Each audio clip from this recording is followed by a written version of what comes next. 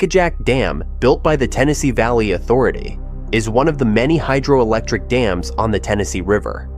The dam holds back the waters of Nickajack Lake, which stretches along 215 miles of shoreline, winding through the scenic Tennessee River Gorge. Near this dam lies Nickajack Cave, also known locally as Bat Cave, because of the thousands of bats that once called it home. This cave, situated about a mile east of the dam, is just one of the many caves found in Tennessee. But Nickajack Cave, with its dark history and legends, is perhaps one of the most intriguing. The cave has been drawing people for over a century. By 1872, it was already being shown to curious tourists who were taken inside by guides on boats.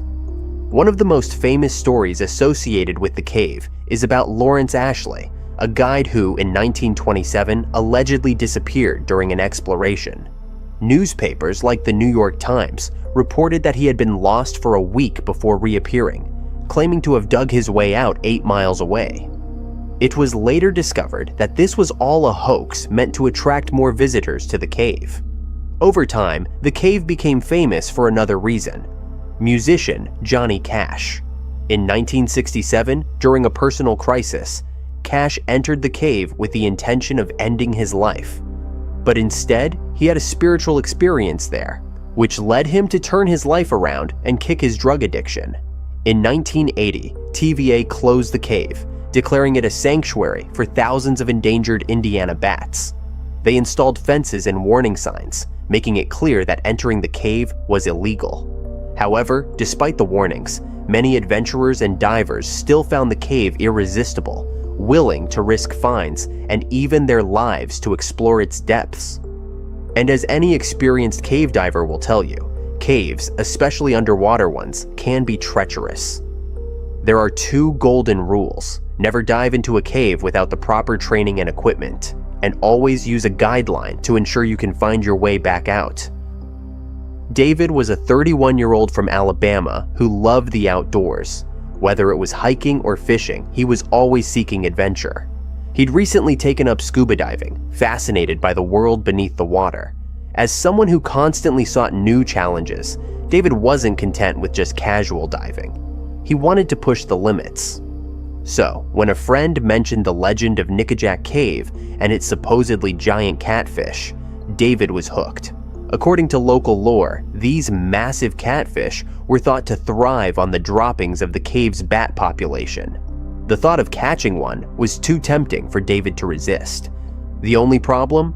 The cave was off limits, surrounded by fences and guarded by heavy penalties for trespassers. David's friend warned him about the dangers of the cave, explaining that it was more than just a fine. People could lose their lives in the unpredictable, murky waters. But for David, the danger was part of the appeal. He'd visited the cave 3 times with his friend, each time pushing a little deeper into the forbidden area. And now he was determined to go even further, hoping to catch the legendary catfish. This would be his final trip, the ultimate challenge. On the night of August 15th, 1992, David and his friend arrived at the cave once again. This time, they had a clear plan: enter the water near the cave and try to spear one of the giant fish they believed was lurking within.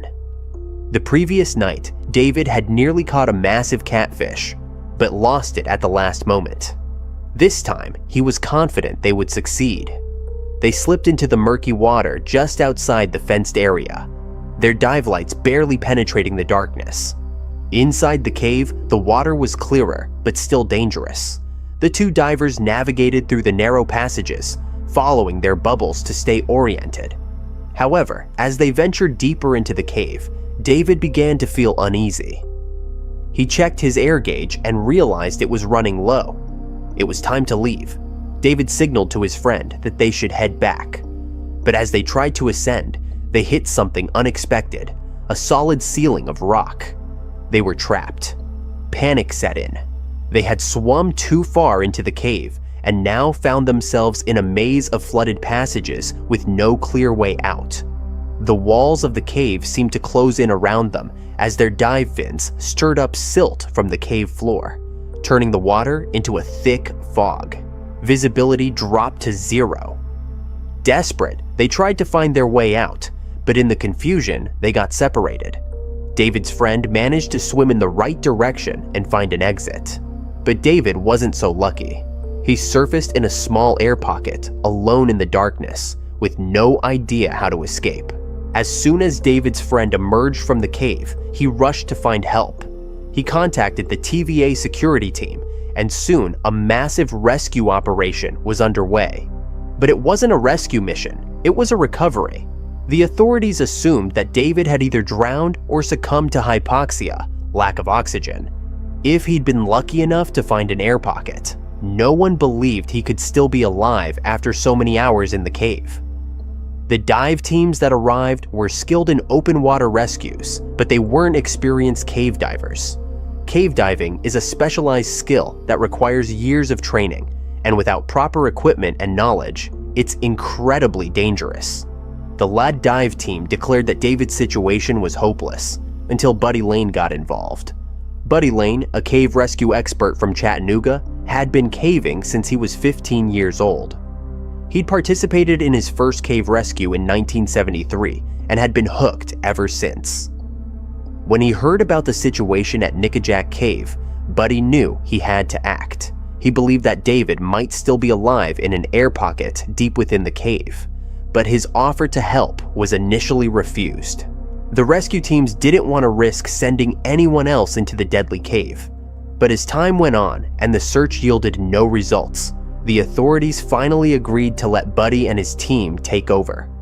Buddy and his team quickly devised a plan. They convinced the TVA to open the floodgates at Nickajack Dam, lowering the water level in the lake by 14 inches. This would hopefully expose new air pockets in the cave and give David a better chance of survival.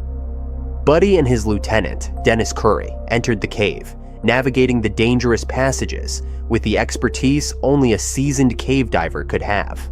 They screamed David's name as they swam deeper into the cave, hoping for any sign of life. And then they heard it. A faint "hey" echoed from further inside the cave. David was alive. They followed his voice and found him barely conscious in a tiny air pocket.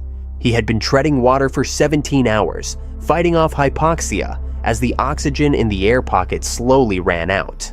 Buddy and Dennis guided David out of the cave, carefully maneuvering through the narrow passages. When they finally emerged into the daylight, the crowd that had gathered along the riverbank erupted in cheers. Against all odds, David had survived his terrifying ordeal. David would later say that he had seen visions while trapped in the cave. Visions of his family, of rescuers searching in vain, and of angels coming to take him home. But it wasn't angels who saved him that day. It was the expertise and determination of Buddy Lane and his team. Cecilio Lopez Tercero's life revolves around pushing boundaries, and he possesses a natural talent for navigating confined spaces. As a child in Spain, Cecilio found his passion for caving, which became more than a pastime. It turned into his purpose. During his youth as an explorer, he showed no fear gliding through caves and tunnels with grace, amazing his companions. He could find his way through a cave's cramped areas, almost as if he had a sixth sense, discovering paths and concealed parts with remarkable precision. His friends saw Cecilio as a true expert in his field, charting the bends and curves of caves, where most people would feel trapped by darkness and stone. Cecilio's abilities only got better as time passed. He possessed a remarkable memory, capable of recording each cave's layout and dangers, and his drive to uncover unexplored regions kept drawing him back to the unknown. It wasn't just about the excitement, though.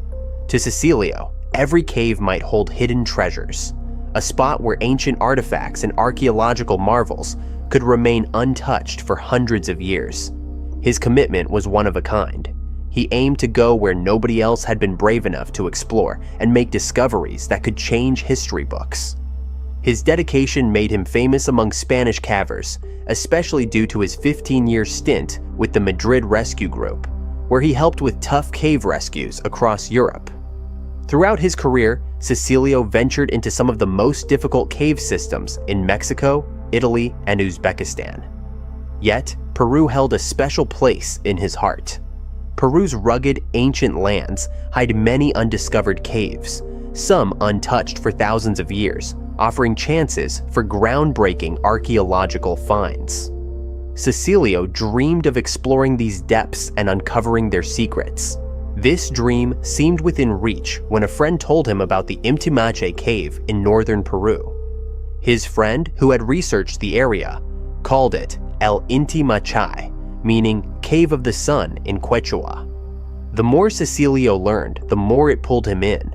The cave was enormous, stretching deep underground, and notoriously hard to navigate, full of narrow passages and steep drops. But what really grabbed Cecilio's attention was its potential. Archaeologists believed it might hold important artifacts or even burial sites from ancient civilizations. Cecilio jumped at the chance to map the Imtimache cave. He quickly started planning the expedition back home. This wasn't just another adventure, it was the ultimate test he'd been waiting for. Nereo Cave stands as one of the world's most spectacular sea caves, tucked away in northwestern Sardinia, Italy. This magnificent underwater cavern lies beneath the towering limestone cliffs of Capocaccia, right next to the renowned Neptune's Grotto. Known as the Mediterranean Sea's largest marine cave, Nereo Cave draws in everyone fascinated by underwater mysteries. Its network includes 10 entrances, winding tunnels, and natural arches, all leading into a vast, mesmerizing underwater realm. Divers swimming through these passages encounter walls adorned with brilliant red coral and vivid yellow sponges, creating an otherworldly spectacle in the depths. The cave's accessibility sets it apart, as it sits within recreational diving limits, making it perfect for newcomers to cave diving. Aspiring underwater explorers can venture into this site without facing the risks and challenges of more advanced locations. While the cave reaches depths of 114 feet, many areas remain shallow enough for divers of all experience levels to explore comfortably. This underwater paradise matched exactly what Eli Frank had always wanted to discover. His love for the underwater world started in his childhood, sparked by watching shows like Voyage to the Bottom of the Sea and Flipper. The ocean's mysterious depths filled his young mind with wonder, and this passion only intensified as he grew up. During his college years, fate paired him with Tom Holmes as a roommate, an experienced cave diver who eagerly shared his diving expertise. Under Tom's guidance, Eli dove headfirst into the diving world. The two men forged a strong friendship, becoming inseparable dive partners who spent their weekends and occasional weekdays exploring various underwater sites. During one of their diving adventures, they encountered 3 fellow divers: Beth, Ollie, and Anna. The group instantly bonded, forming a tight-knit circle of diving enthusiasts. They embarked on numerous underwater expeditions together, each dive strengthening their friendship and shared love for diving. A pivotal moment came during one of their dives, when Tom and Eli discovered a guidebook showcasing Italy's diverse cave systems. This discovery unveiled countless hidden underwater treasures, including pristine freshwater springs, mysterious shipwrecks, and vibrant reefs that few divers had explored. Among all these wonders, Nereo Cave caught their attention immediately. Located just 3 hours from their current spot, this magnificent cave system beckoned to them. The prospect of exploring one of the Mediterranean's largest and most stunning underwater caves sparked their excitement. They wasted no time in starting to plan their upcoming adventure. Eli and his friends jumped into action, spending weeks gathering equipment and fine-tuning their dive plans. A wrench hit their plans when Eli's recent bout with decompression sickness came into play. His doctor had firmly told him to skip the next dive, giving his body time to heal completely. Yet the pull of Nereo Cave proved too strong for Eli to resist. Watching his friends prep their gear ignited his determination to join them. Without much thought, he grabbed his already packed diving gear from their truck and suited up quickly. His friend's jaws dropped when Eli walked up ready to dive. The team laid out their game plan, a 3-hour dive reaching 98 feet deep into the cave. They packed extra oxygen tanks, putting safety first in their preparations. Everyone agreed to stick strictly to their planned dive time and depth limits, no matter what they encountered below. To cover more ground efficiently, they split into 2 groups. Tom, Eli, and Beth formed Team A, while Ollie and Anna made up Team B. The teams would dive together, but explore different sections of the cave. They shifted Eli to Team B, making it a 3-person group. Despite this last-minute change, everyone felt solid about their strategy. The dive kicked off perfectly. Team A took point, with Team B following close behind. Crystal clear water made navigating the narrow passages a breeze. The divers found themselves surrounded by stunning beauty. Vibrant coral formations decorated the walls. Mysterious caverns beckoned from the shadows, and a peaceful stillness enveloped them in the depths. This magical underwater world captured their hearts from the first moment they descended. Suddenly, Team A's smooth dive turned into a nightmare. Eli got tangled in the diving line at their target depth, trapped in a tight air pocket. The line wrapped around him like a snake, blocking his way up. His panicked moves kicked up clouds of silt, turning the clear water murky and making the rescue even tougher. The stale air in the pocket filled with carbon dioxide, making each breath harder than the last. Tom and Beth jumped into action without wasting a second. The line had twisted itself tight around Eli, making their job way harder than they'd thought. Team B rushed to help as soon as they spotted the trouble. They had to make a quick call. Beth and Team B would race back up for help, while Tom stayed with Eli, working to free him. Every minute felt like an hour as the situation got worse. The murky water made finding their way out tough, but they managed to grab the guideline. Tom stayed focused on getting Eli out, even as danger crept closer. The bad air in the cave packed with carbon dioxide threatened their safety. Scientists have proven this stuff messes with your head, causing dizziness, splitting headaches, and even wiping out memories. Every extra minute underwater pushed their bodies closer to the edge. Up on the surface, the team sprang into action. They called in the rescue squad, and expert divers rushed to help. But Nereo Cave sat far from help, and precious minutes ticked by as Tom and Eli battled below. Tom refused to give up. He pulled out his diving knife and attacked the tangled mess of lines. After what felt like forever, his determination paid off. Eli broke free. With Eli loose and their backup air holding strong, they faced their next challenge. The long delay meant they needed an extra 45 minutes of decompression stops to dodge the bends. They started their slow climb, letting their bodies adjust to each pressure change, knowing every careful move brought them closer to safety. The surface team erupted in cheers as Eli and Tom finally broke through the water. Rescue divers stood ready at the edge, but their help wasn't needed. The helicopter swooped in fast, whisking both divers to the nearest hospital. The doctors moved quickly, diagnosing them with mild decompression sickness and hypothermia from their long stay in the cold depths. The close call shook them up, but it couldn't kill their love for diving. Their passion for the underwater world burned too bright. As soon as the doctors gave them the all clear, they suited up and plunged back into their beloved ocean. The water welcomed them like an old friend. For these two, diving wasn't just some weekend hobby. It pumped through their veins like a vital force, driving them to push deeper and explore further. The diving community lives by a simple truth. Once a diver, always a diver. But the ocean demands respect. Smart divers know to pack the right gear, train hard, and never skip safety checks. The underwater world holds endless wonders, but it shows no mercy to those who take it lightly. Nestled close to Peacock Springs State Park in north-central Florida, Cow Springs stands as a magnificent yet daunting diving spot. The sinkhole features complex underwater cave networks, strong currents, stunning rock formations, and tight passages that draw expert divers worldwide.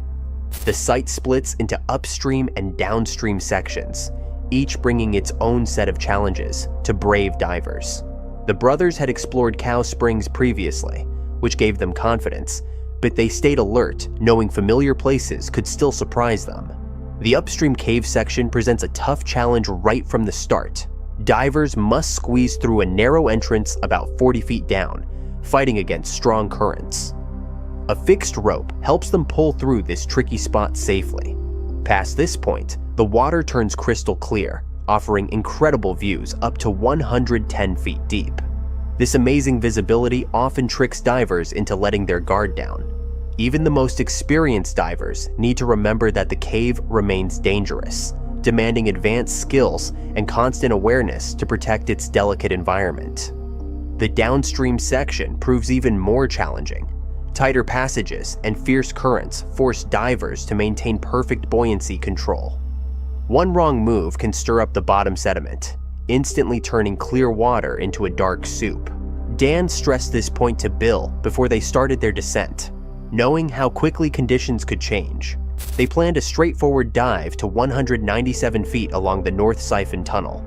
Though easier to spot than its southern counterpart, finding the exit required sharp focus, especially while navigating through low-lying rock formations and sudden vertical splits.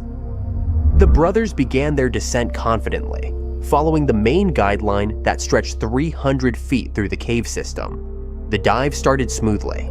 Dan led the way, using his years of experience to guide Bill through the stunning underwater world. Their lights pierced through the clear water, revealing beautiful rock formations and clay banks as they moved deeper. They reached their target depth of 197 feet without trouble, taking in the peaceful cave surroundings. But their return journey turned into a nightmare. They needed to switch guidelines to head back. Bill moved ahead, reaching for the line to secure himself. Suddenly, his buoyancy control device snapped loose. The force yanked him upward, slamming him into the cave ceiling. Fear gripped him as he thrashed around, trying to break free. His wild kick stirred up the bottom silt, filling the narrow tunnel with a thick cloud of darkness. Complete darkness swallowed the brothers. The clear water turned into a murky mess, blocking all visibility. Bill remained trapped, tangled in the guideline, fighting to control his breathing. Even with his diving experience, the terror of being stuck deep underwater overwhelmed him. Dan swam toward his brother to help, but the dense silt created a black wall around them. Dan lost all sense of direction in the chaos, surrounded by swirling particles that erased every reference point. Experienced divers know that panic kills faster than running out of air. Fear clouds judgment and leads to deadly mistakes. The brothers found themselves in this terrifying situation, unable to see anything around them. Their only lifeline remained the main guideline. If they could find it through the darkness, Dan faced an impossible choice: save himself or risk everything for his brother. His training screamed at him to focus on self-rescue, but his heart refused to abandon Bill. Fighting against his survival instincts, he stayed, desperately trying to reach his brother through the blinding silt. Each movement made things worse, leaving him lost in the murky water, cut off from both the guideline and any clear escape route. The cave's darkness pressed in around them, turning their peaceful dive into a fight for survival. Dan's attempts to help seemed futile, as the swirling silt trapped them both in a deadly game of blind man's bluff, with their lives hanging in the balance. The once familiar cave system had transformed into a dark maze, testing their skills, courage, and brotherhood to the absolute limit. Darkness crushed Dan like a heavy weight. The cave turned into a black hole, stealing every bit of light. He slammed into a wall, completely lost in the murky water. His survival training kicked in, forcing him to control his racing breath. He fought back the rising panic, knowing it could kill him faster than anything else. A tiny glint caught his eye, his watch reflecting the smallest bit of light. This tiny beacon gave him hope. He pressed against the cave wall, sliding his hand along the rough surface. Each move felt painfully slow, but he kept his mind focused. His air tanks showed dangerous numbers, and time slipped away fast. Bill remembered Dan's words about staying cool under pressure. Though stuck, he steadied his breathing and grabbed the guideline, following Dan's lessons step by step. Despite being new to cave diving, his mind stayed sharp as he pulled himself along the line, knowing his life depended on this one rope. Dan's heart leapt when he finally touched the main line. He gripped it tight, pulling himself through the dark water. His muscles screamed from the effort, and his lungs burned for air. But he kept moving, knowing that stopping meant death. Each pull brought him closer to the surface, closer to living another day. Dan burst through the water's surface, gulping in sweet air. His heart soared when he saw Bill already there, safe and alive. Both brothers had beaten impossible odds, using the skills they'd taught each other. They grabbed each other in a tight hug, grateful for survival and the bond that saved their lives. The cave's darkness haunted their thoughts for days afterward. The dive showed them just how dangerous their sport could be, hammering home the importance of proper training and keeping cool heads. The Cow Springs dive changed them forever. It tested their limits, their brotherhood, and their will to live. They discovered that their strongest lifeline wasn't the ropes or gear. It was their trust in each other and their determination to survive the dark depths together. On November 14, 2018, two skilled German divers geared up for an exciting cave dive at Cenote Calimba, Mexico. They arrived at 10:30 a.m., ready to explore part of the famous Sistema Sac Acton. This massive underground river system in the Yucatan Peninsula stretches over 229 miles, making it the world's longest. It flows into the Caribbean Sea and boasts countless cenotes, natural openings to a vast network of water-filled tunnels. Cave diving enthusiasts flock to this Mexican hotspot. Cenote Calimba, one of many entrances to this sprawling system, averages just 33 feet deep. Its crystal clear waters and winding passages draw divers from all over. But on this day, what began as a thrilling adventure would soon turn dark. As the German pair, Team 1, prepped their gear, they met three other diving groups, Teams 2, 3, and 4. Each team had their own plans for the day. Teams 2 and 3 aimed to explore the left passage toward Box Chen, a popular route. Team 4 planned to take the bypass to Cenote Pabalani, requiring several right turns at key points. Team 1, however, set their sights on deeper, more remote parts of the cave. Both Team 1 divers brought years of experience. The first diver had been cave diving since 2012, logging 150 to 200 cave dives. He'd visited Mexico many times to explore these intricate systems. The second diver, though newer to the scene, earned his full cave certification in 2015 and shared the same passion. This marked only his second trip to Mexico, but he'd already made waves in the diving world. At 10:45 a.m., Team 1 entered the cave system, following their planned route. About 15 minutes in, they clipped their stage tanks, extra air for extended dives, to a line. These tanks would prove crucial for their exit, ensuring enough air to return safely.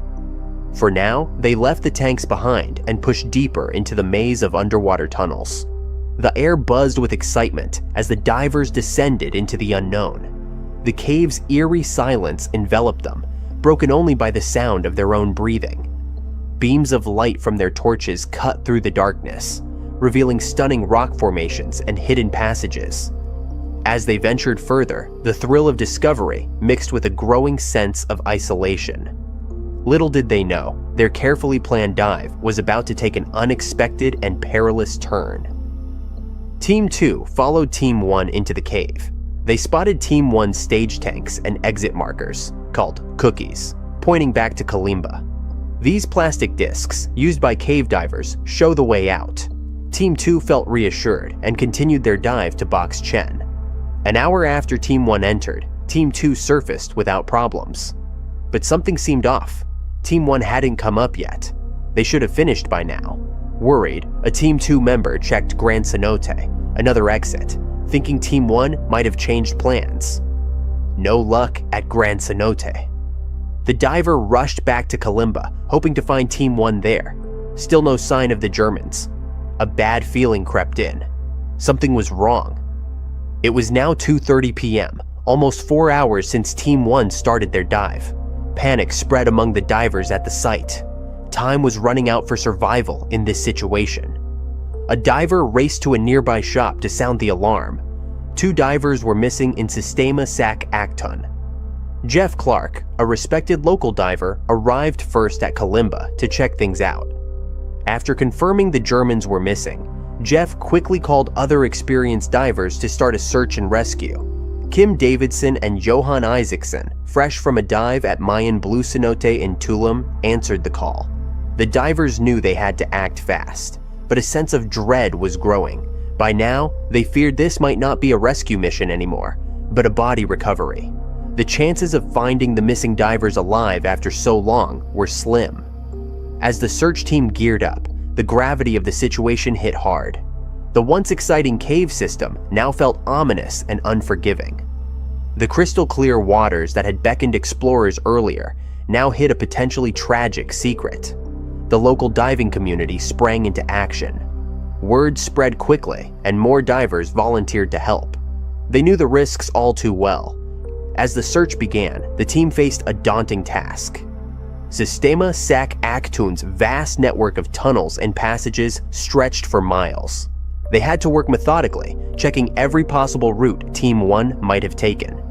The search would be long, difficult, and emotionally draining. The sun began to set, casting long shadows over Cenote Kalimba. The once bustling dive site now buzzed with a different energy. As night fell, the search continued, with divers using powerful lights to pierce the underwater darkness. Robbie Schmittner, another skilled diver, checked nearby cenotes, Pabalani, Boxchen, O'Toole, and Gran Cenote, for any signs of the missing divers. Meanwhile, the other rescuers started planning the search. They stayed calm and focused despite the stress. Their first hurdle was not knowing Team 1's exact dive plan, which made the search trickier. Luckily, other diving teams from that morning had some useful info. They knew Team 1 planned to explore the lithium sunset part of the cave, and Team 4 had seen Team 1's markers at the first T-junction. This knowledge would guide the search teams. The rescuers split into 2 groups.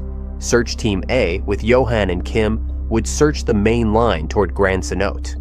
Search Team B, with Jeff and Pal, would focus on the lithium sunset section, part of Team 1's planned route.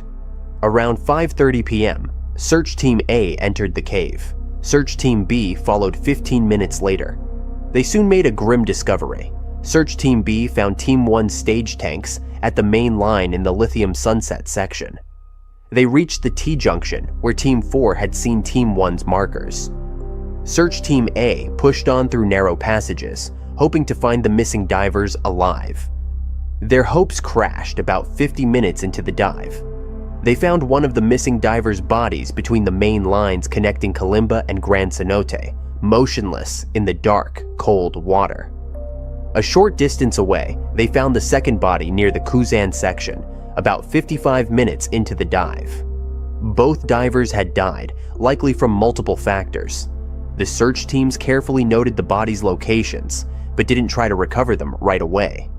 They'd do that the next morning with local authorities watching. The next day, 3 divers entered Cenote O'Toole to bring up the 2 German divers' bodies. They completed the recovery smoothly and without problems. The divers had carried a camera to record their dive. From the footage, investigators pieced together their final moments. The video revealed the divers' journey. They dropped their stage tanks at the first T-junction as planned and moved deeper into the cave. But they took longer than usual, likely due to filming. This slow pace may have led to trouble. The 15-20-minute trip to the stage tank drop point stretched to 28 minutes. Their focus on capturing footage slowed them down and possibly dulled their awareness. Despite their skills, something went badly wrong. Post-incident tests showed no equipment failures. Tanks and regulators worked fine, and they had all necessary safety gear, wet notes, line cutters, and backup lights. Their markers and dive logs matched the planned route, ruling out navigation errors. Experts think the divers got too caught up in filming and lost track of their air supply. When they realized they were low, it was too late. Instead of backtracking to their stage tanks, they probably tried to find the closest exit. This explains why rescuers found their bodies near Gran Cenote. Sadly, they ran out of time. The cave system that once promised adventure now held a tragic story. The crystal clear waters that had lured explorers now concealed a heartbreaking outcome.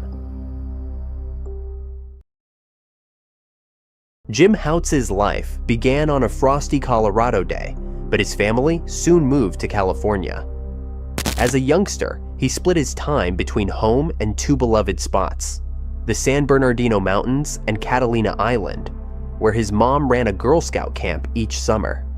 Nature became Jim's playground, sparking a deep love for wild places, especially the vast oceans. Even as a child, he yearned to explore those mysterious waters. Determined to chase his dream, Jim enlisted in the US Navy. The journey was tough, with grueling training that pushed many to their limits. Only a few, including Jim, made it through. He joined an elite underwater team focused on recovery and demolition, a role that later evolved into the modern Navy SEALs. Jim's diving missions took him to treacherous waters worldwide. He became the go-to expert for retrieving crucial items, like test missiles from submarines. After an action-packed career, Jim decided to retire in the mid-1960s. But retirement didn't mean slowing down for Jim. He set his sights on a new challenge, exploring some of the world's deepest and most mysterious underwater caves. Rumors swirled about these hidden labyrinths, especially one called Devil's Hole.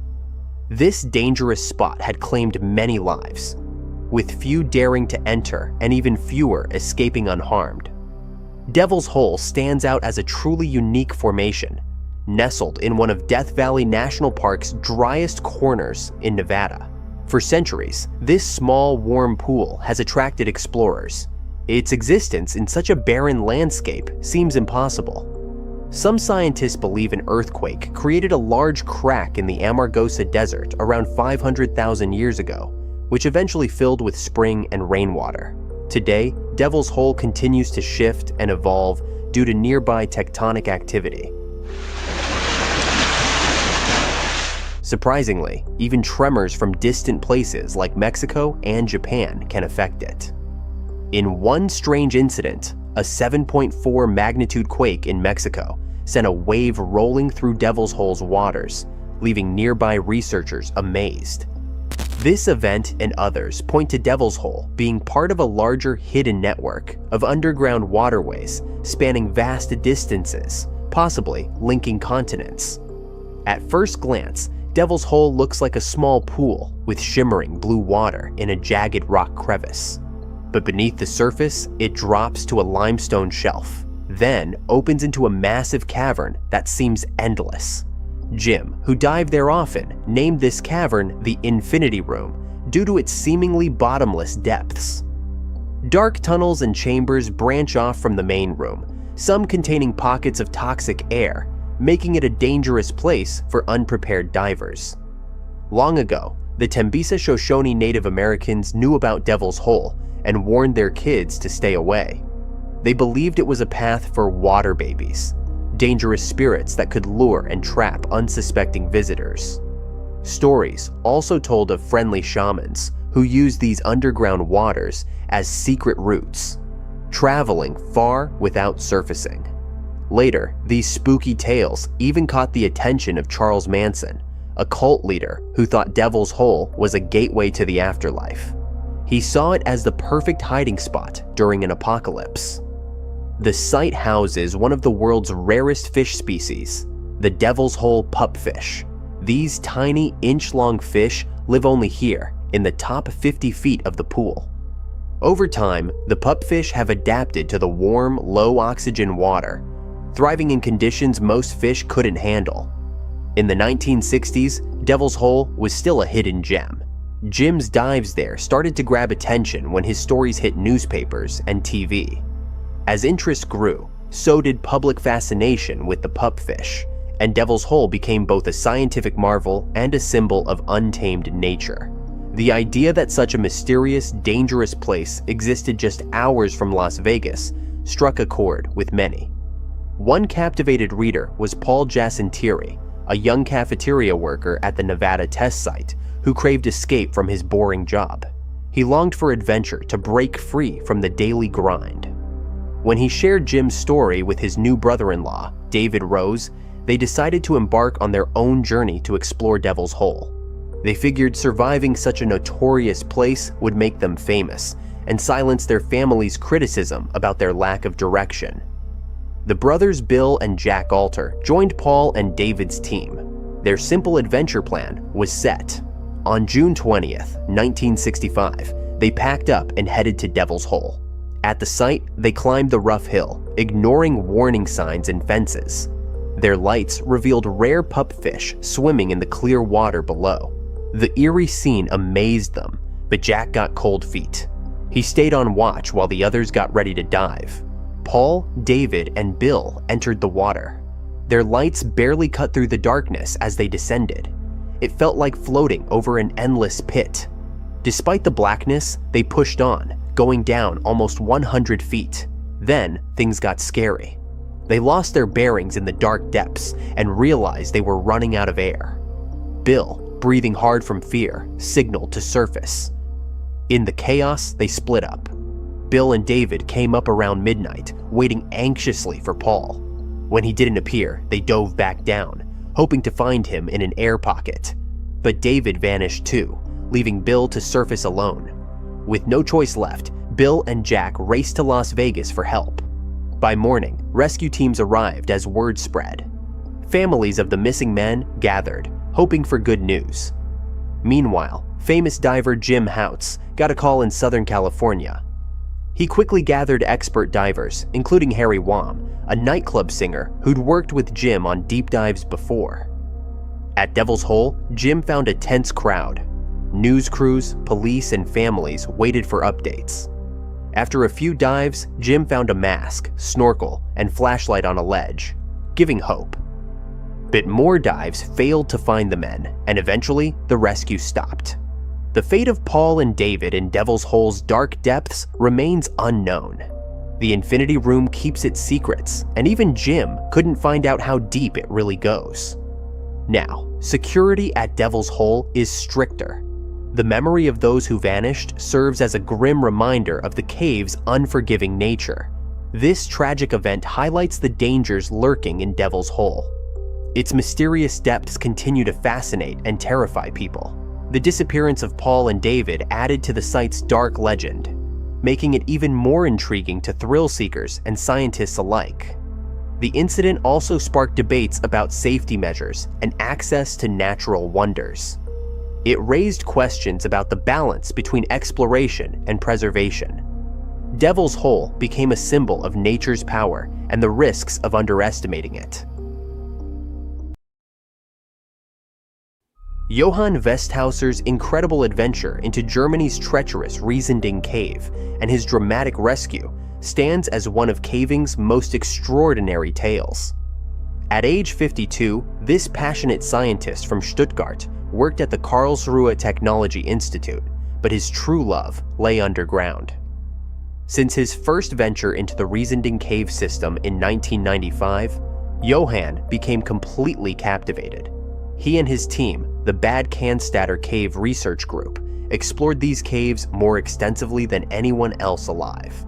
The massive Riesending Cave system sits near the German-Austrian border, its name literally meaning gigantic thing, perfectly describing this vast and intimidating underground realm. The cave plunges almost 12,000 feet deep and winds through more than 12 miles of passages, with countless areas still waiting to be discovered. The cave's interior feels alien, filled with narrow pathways, rushing waterfalls, soaring rock chimneys, and tight, cramped corridors. Slippery rocks coat most passages, creating constant danger and uncertainty. Yet Johann pushed forward, driven by the thrill of finding unexplored territories and potentially linking this cave to a massive super cave system. In early June 2014, Johann and two fellow adventurers embarked on their most ambitious expedition yet, aiming to probe even deeper into Riesending's depths. They dreamed big, hoping to discover a connection between Riesending and Austria's legendary network of roughly 4,000 caves. Such a discovery would make caving history, and Johann burned with determination to achieve it. The team packed hundreds of pounds of essential gear: ropes, harnesses, lights, food, water, and medical supplies, preparing themselves for what would become one of their most perilous journeys ever. On June 7th, 2014, as noon approached, Johann's team entered Riesending's mouth. Their journey began with an intense rope descent, carefully lowering themselves into the cave's dark, wet depths. The initial descent pushed their bodies to the limit. Their muscles screamed as they maneuvered through tight passages, gripping moisture-slicked rocks, with visibility limited to mere feet ahead.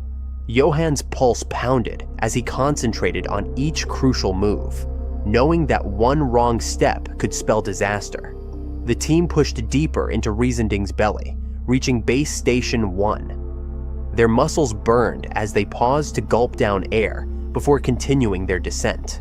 Each station offered brief shelter from the endless darkness, but the cave grew more menacing with every foot they dropped. The second stretch hit them harder. Sharp rocks tore at their ropes while narrow tunnels squeezed in around them. Johann's fierce drive kept him moving forward. Even as he noticed fear creeping into one teammate's eyes, he rallied his friend's spirits, reminding him of their mission: to be the first to unlock Riesending's secrets. The third descent threw even bigger challenges at them. This section twisted through an unpredictable maze of loose rocks and tight passages. Johann's heart jumped when his rope caught suddenly on a jagged edge.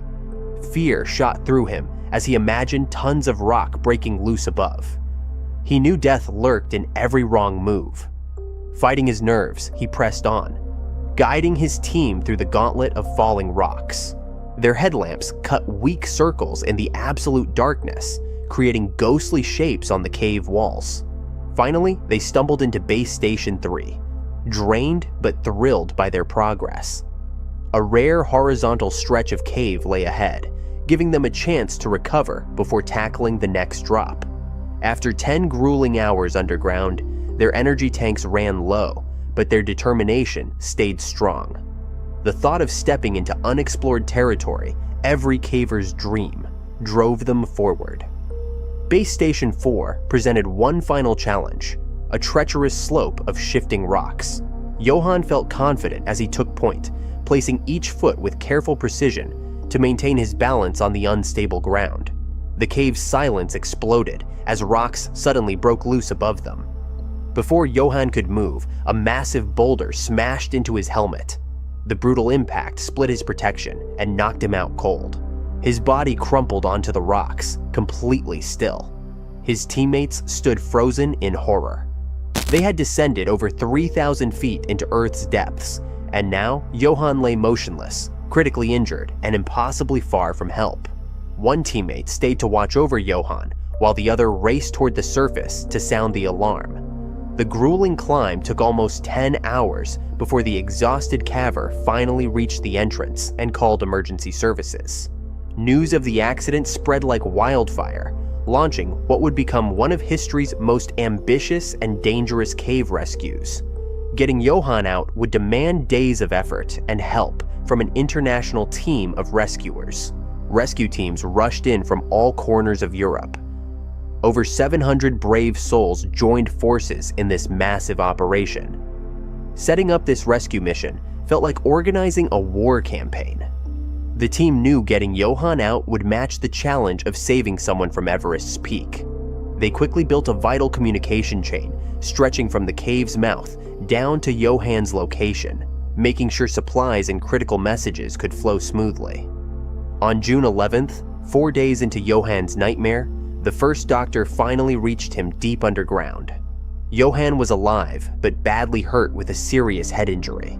His life hung by a thread. But the doctor worked fast to get him stable enough to move. In the days that followed, rescuers pushed their bodies to the limit, fighting through tight spaces, slick rocks, and deadly drops to bring Johann the supplies keeping him alive.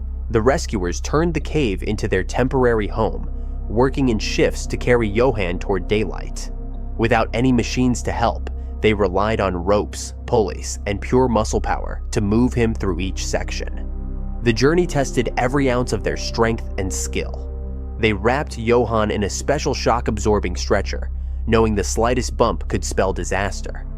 Sometimes, rescuers had to dangle as human counterweights, slowly climbing vertical walls where one wrong move meant death. After 12 long days underground, on June 19th, Johann finally saw sunlight again. Victory filled the air as a helicopter lifted him away to a Bavarian hospital. He spent weeks in trauma care, with many more months of healing ahead. This intense rescue changed everyone involved, from Johann's caving partners to the hundreds of heroes who risked everything to save his life. After this close call, officials locked down Riesending's entrance. Now, only expert cavers with proper permits and good reasons can explore its depths. The cave had shown once again why locals called it the gigantic thing, a place where wonder and danger dance together in the darkness, guarding its mysteries for another day.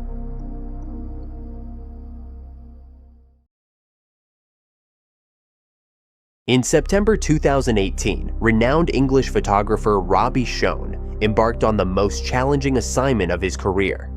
He ventured into Veryovkina Cave in Georgia, the deepest known cave system on Earth, plunging an incredible 7,257 feet beneath the surface.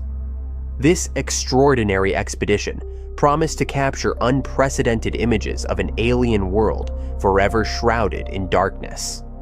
Robbie teamed up with his trusted companion, Jeff Wade, a skilled climber who thrived on pushing boundaries. They joined forces with an elite Russian caving team led by Pavel Demidov, a veteran explorer hardened by years of conquering extreme environments.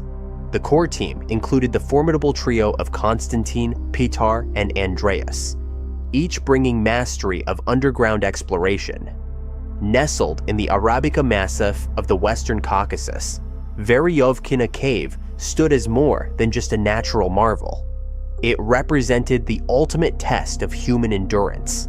Tales from previous expeditions described a maze of tight passages, towering vertical drops, and vast chambers that defied imagination. The cave's dual nature of stunning beauty and lethal unpredictability drew explorers while demanding their utmost respect. The team's arrival in Georgia brought an unwelcome surprise. Instead of clear mountain conditions, they faced relentless rainfall that transformed the landscape into a waterlogged terrain. Swollen rivers thundered with runoff from the peaks above, casting a shadow of concern over the expedition. In the treacherous world of cave exploration, rainfall poses a deadly threat. Ancient caves like Veryovkina act as natural water channels, carved by centuries of water flow. Heavy rains can instantly turn these winding passages into raging underground torrents, creating lethal flood conditions that trap even the most experienced cavers. The Russian team members maintained their composure, drawing from their previous successful descents into Veryovkina under similar weather patterns. Despite lingering doubts, their seasoned confidence proved infectious.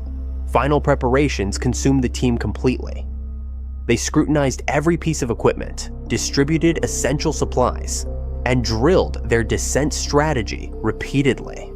The plan involved establishing multiple underground camps, creating crucial rest stops and supply points throughout their journey into Earth's deepest reaches.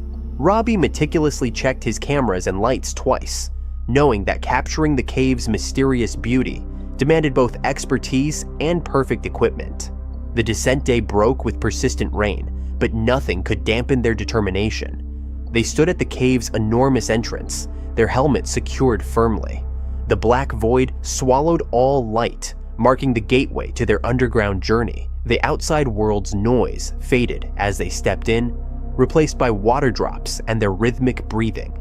The first part of their descent revealed breathtaking sights. Robbie and Jeff's headlamps lit up the cave's hidden treasures. Giant stalactites hung from above like nature's chandeliers, while sharp stalagmites rose from below. The walls sparkled with mineral deposits, creating a mesmerizing underground light show. The cave soon showed its brutal side. The team squeezed through narrow passages on hands and knees. They tackled vertical drops exceeding 300 feet using ropes and harnesses. The air turned frigid and wet while the crushing weight of Earth pressed down constantly. Robbie battled both physical and psychological challenges. While photographing the cave's striking features, he felt increasingly isolated. Deep underground, surrounded by thick darkness, they knew that simple mistakes like dropping a light or damaging a rope could turn fatal. Their first camp materialized 2,000 feet below ground. These vital stations stored food, water, and emergency supplies, offering crucial rest spots before tackling deeper sections. The team recharged here, preparing for increasingly difficult challenges ahead. The obstacles grew more intense as they descended. At Camp 3, over 4,000 feet underground, they struggled with thick, humid air that made breathing difficult. Narrow tunnels forced them to twist their bodies into uncomfortable positions. The physical demands intensified, matched by growing mental pressure. Through all hardships, Robbie and Jeff watched in amazement as the Russians displayed their expertise. Pavel's team moved with practiced precision, their years of experience evident in every action. Their deep understanding of the cave's characteristics proved crucial, guiding everyone safely through dangerous sections. The team pushed deeper into the cave, finally reaching Camp 5, their ultimate destination, after nearly a week underground. Their bodies ached, but their spirits soared high. They had captured stunning images of cave sections rarely witnessed by human eyes, ready to showcase this hidden wonder to the world above. The relentless rain continued its assault on the surface. Even miles below ground, the storm's fury penetrated the cave's defenses. Water streams now trickled down rock walls, forming growing pools in lower sections. The team recognized the urgent need to start their ascent. The initial water trickle transformed into a violent flood within minutes. The week-long downpour triggered a massive flood pulse that raced through the cave system. Water crashed down vertical shafts and thundered through passages, threatening to swallow everything. The team's survival instincts kicked in as they rushed to higher ground. A side chamber offered brief shelter, but danger lurked everywhere. Rising water levels and bone-chilling spray from the raging current made their situation increasingly desperate. Robbie and Jeff watched in disbelief as their beloved cave transformed into a deadly trap. Their protective suits fought against the water, but every movement demanded intense struggle against the current's raw power. The ascent turned into a brutal battle. Wet ropes became treacherous lifelines, nearly impossible to grip. The flood's deafening roar blocked all verbal communication, forcing them to rely on basic hand signals and pure instinct. Robbie faced his toughest test in a vertical shaft where water pounded down with crushing force. His numbed fingers clung desperately to the rope, muscles screaming in protest. Below, Jeff fought to maintain his footing against the swirling torrent. The team's unity proved their greatest strength. They moved as one, supporting each other through deadly sections. After an endless battle against nature's fury, daylight finally pierced the darkness at the cave's entrance. The team emerged into the open air, exhausted but alive. They had conquered both the world's deepest cave and survived one of its most terrifying floods. The team burst into the sunlight, greeted by stunned faces and cheers of relief. Their epic escape from Veryovkina's flooded depths showcased raw courage and iron will. The ordeal transformed Robbie and Jeff forever, burning deep lessons about nature's raw power and human endurance into their souls. Robbie's camera had captured incredible moments throughout their journey. These images told more than an exploration story. They revealed the fierce determination of people pushing past their limits. Veryovkina Cave still beckons adventurers today, its depths holding both breathtaking wonders and deadly risks. The cave demands respect, offering its treasures only to those who enter fully prepared and focused. Robbie's team survived to tell their tale, their experience serving as both a stark warning and powerful inspiration, proof of what humans can achieve when tested by nature's ultimate challenges. Steve thrived in the great outdoors, finding his true spirit among nature's wonders. He spent his days hiking through thick forests, casting lines in peaceful rivers, and chasing thrilling hunting adventures. The wilderness became his sanctuary, not just a hobby, but his entire way of life. His buddies nicknamed him the ultimate outdoorsman, the go-to guy for any wild expedition. He tackled every challenging situation with remarkable skill and a bright smile, never backing down from nature's tests. His connection to nature ran deeper than mere excitement. A burning curiosity about wildlife drove him to learn more about every creature he encountered. This drive pushed him to earn a biology degree from Arkansas Tech University. His thirst for knowledge didn't stop there. He went on to grab a master's in wildlife ecology and even completed PhD coursework in zoology. These achievements marked his endless journey to understand nature's secrets. The underground world soon captured Steve's imagination, drawing him into its mysterious depths. The dark, twisting passages and hidden chambers of caves became his new playground. Arkansas, with its countless caves, provided the perfect setting for his underground adventures. While others avoided the dangerous caves, Steve embraced them as exciting challenges to overcome. During a laid-back conversation with Hugh Shell, his older friend and a Batesville bookkeeper, Steve learned about Roland Cave. Hugh described this forgotten underground realm that few explorers dared to visit. The story instantly hooked Steve, who quickly convinced his friends, Hogan Bledsoe and Mike Hill, to join a weekend exploration. They set their sights on discovering if Roland Cave linked up with the magnificent Blanchard Springs Caverns, located roughly 2.5 miles away. Blanchard Springs Caverns stood as a popular tourist destination, famous for its stunning natural artwork of stalactites, stalagmites, and flowstones. Roland Cave lived in its shadow as a mysterious and dangerous cousin. Once welcoming tourists, it now sat abandoned due to safety risks. The cave's deadly reputation came from its April floods, which transformed it into a watery grave. Yet these dangers only made Steve and his friends more eager to explore its depths. The team crafted a solid plan: enter Friday, exit Sunday. They packed efficiently with just the essentials. Their combined experience and strong teamwork gave them confidence for the journey ahead. The 4 adventurers stood at Roland Cave's entrance that afternoon, facing their next challenge. The cave's narrow opening pulled them in, surrounded by cool, damp air. Inside, nature's raw beauty unfolded.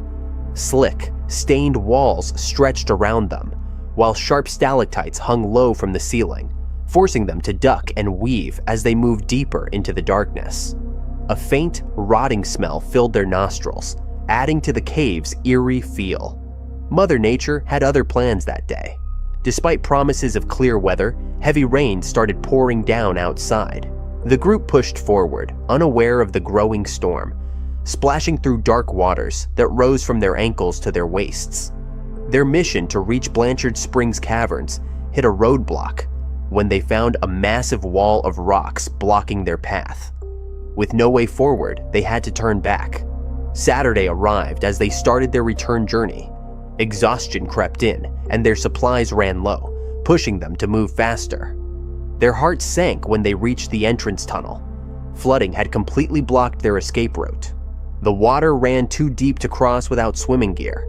Left with no choice, they created a temporary shelter using their raft and ponchos, hoping the water would drop soon. Days dragged on, and their situation turned grim. Food disappeared completely, and water supplies hit rock bottom. Hugh's diabetes created extra pressure. His life hung in the balance without his medicine. The cave's constant cold and wet conditions threatened to make them sick, adding to their growing fears. The group fought to stay organized, taking shifts to watch the water levels for any changes. But hope started slipping away. Even Steve, usually the group's ray of sunshine, started believing they might not survive. His mind drifted to Joe, his wife, and their fresh start together. Guilt crushed him as he thought about leading his friends into this deadly trap, wondering if they'd ever see daylight again. A friend who knew their plans spotted trouble when the rain started and called for help. Local rescue teams jumped into action, but couldn't beat the dangerous conditions. The situation grew so serious that the US Navy sent their best divers to lead the rescue mission. The race against time had begun, with 4 lives hanging in the balance deep within rolling caves' flooded passages. The trapped adventurers had no idea about the rescue mission unfolding outside. Steve's heart leaped when he heard an unexpected sound that Monday. A Navy diver burst through the flooded tunnel, bringing their first ray of hope. The diver handed over a rope and laid out their escape plan. Each person would swim through the underwater passage using scuba equipment to reach safety. The group's stomachs turned at the thought of scuba diving. None of them had ever tried it before. Their bodies, weak from days without food and warmth, struggled to grasp the quick diving lessons from the rescue team. But the flooded tunnel left them with 0 options. The friends entered the water one after another. Mike led the way, but faced immediate trouble when his mask slipped off, nearly spelling disaster. Hogan dove in next and made it through smoothly. Hugh followed, pushing through his weakened state to conquer the dangerous tunnel. Steve went last. Before diving in, he paused to take in the gravity of their ordeal, making a silent promise to never take such risks again. Cheers, hugs, and tears greeted Steve as he emerged from the cave. But their celebration turned bitter when tragedy struck. An experienced rescue diver suffered a fatal heart attack right after completing the mission. The hero's death cast a dark cloud over their miraculous rescue. Steve's brush with death changed his approach to adventure. He kept exploring the outdoors, but now carried deep respect for nature's power. His passion for wildlife and conservation led him to his dream role, leading the Arkansas Game and Fish Commission. He held this position longer than anyone else before him. Even after Steve lost his battle with cancer in 2001, his spirit lives on. His life story stands as a powerful reminder of what happens when courage meets passion. Curiosity joins hands with caution, and love for nature guides every step forward. Cave diving stands as one of the most heart-pounding and perilous sports, demanding nerves of steel from its participants. This extreme pursuit requires extensive skills, meticulous preparation, and constant awareness of hidden dangers lurking in underwater caves. The Kilsby Sinkhole in South Australia emerges as a legendary spot that pulls in daredevils, adventure enthusiasts, and seasoned divers year after year. Yet beneath its crystal-clear waters and breathtaking surroundings lies a history stained with devastating incidents that showcase just how dangerous this activity can be. Nestled in the stunning countryside just 8 miles south of Mount Gambier, the Kilsby Sinkhole plunges deep into the earth, reaching staggering depths of 131 feet. Its remarkable geological formations and pristine waters have transformed it into a hotspot for recreational diving and even serve as a training ground for police operations. While the site offers easy access, it carries a sinister reputation for its deceiving hazards that catch many off guard. Lives have been lost in this sinkhole not through sudden catastrophes, but through a chain of events typically involving poor judgment, insufficient experience, and sometimes reckless choices. 2 particularly haunting incidents mark the sinkhole's dark history, occurring years apart yet sharing chilling parallels in their fatal conclusions. The morning of April 6, 1969, saw a group of friends arrive at the Kilsby Sinkhole, ready for what they thought would be an exciting dive. Brett and Patrick, both 18 and relatively green in the sport, joined their friends George and Carrie for the adventure. George, who packed more diving experience than the others, had explored the sinkhole with Brett and Patrick just the day before, but had to cut his dive short due to ear issues. Despite this setback, he showed up again on the 6th to join the group's expedition. George voiced his worries about their safety, urging them not to dive too deep without crucial equipment like watches and twin scuba tanks. But the group, driven by excitement and the desire to push their limits, brushed off his warnings and pushed forward with their ambitious plans. Brett and Patrick plunged into the sinkhole with their companions, stopping at 91 feet to secure their safety line to a massive boulder. The situation quickly spiraled out of control. The safety line, their lifeline to the surface, suddenly pulled tight and vanished. George, still above water, tried attaching his camera to the line but found nothing. He dove down to 98 feet, his heart racing as he searched the murky depths for any sign of his friends. Minutes ticked by in the eerie silence, with no movement from below. Surfacing with growing dread, George shared his fears with Carrie before diving back down. In a dark corner of the sinkhole, a faint light caught his eye. Swimming closer, he encountered a scene straight from his worst nightmares. Patrick lay motionless on his back, and nearby, Brett's lifeless body floated in the darkness. The devastating reality hit George like a physical blow. His friends were gone. Fighting shock and desperation, George burst through the surface, gasping and shouting to alert the others of the catastrophe. They immediately called for help, but their remote location meant a long wait ahead. A specialized rescue team finally recovered Brett and Patrick's bodies 3 hours later. Investigators later determined that a deadly mix of air embolism and drowning claimed the young divers' lives, with nitrogen narcosis likely causing them to lose control at depth.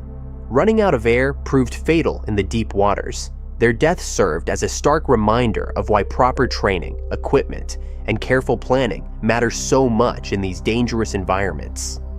Years later, on March 13, 2010, the sinkhole claimed another life. Dr. Robert McAllister, an experienced diver and respected healthcare professional. McAllister knew the Kilsby sinkhole inside out, having explored its depths countless times over the years.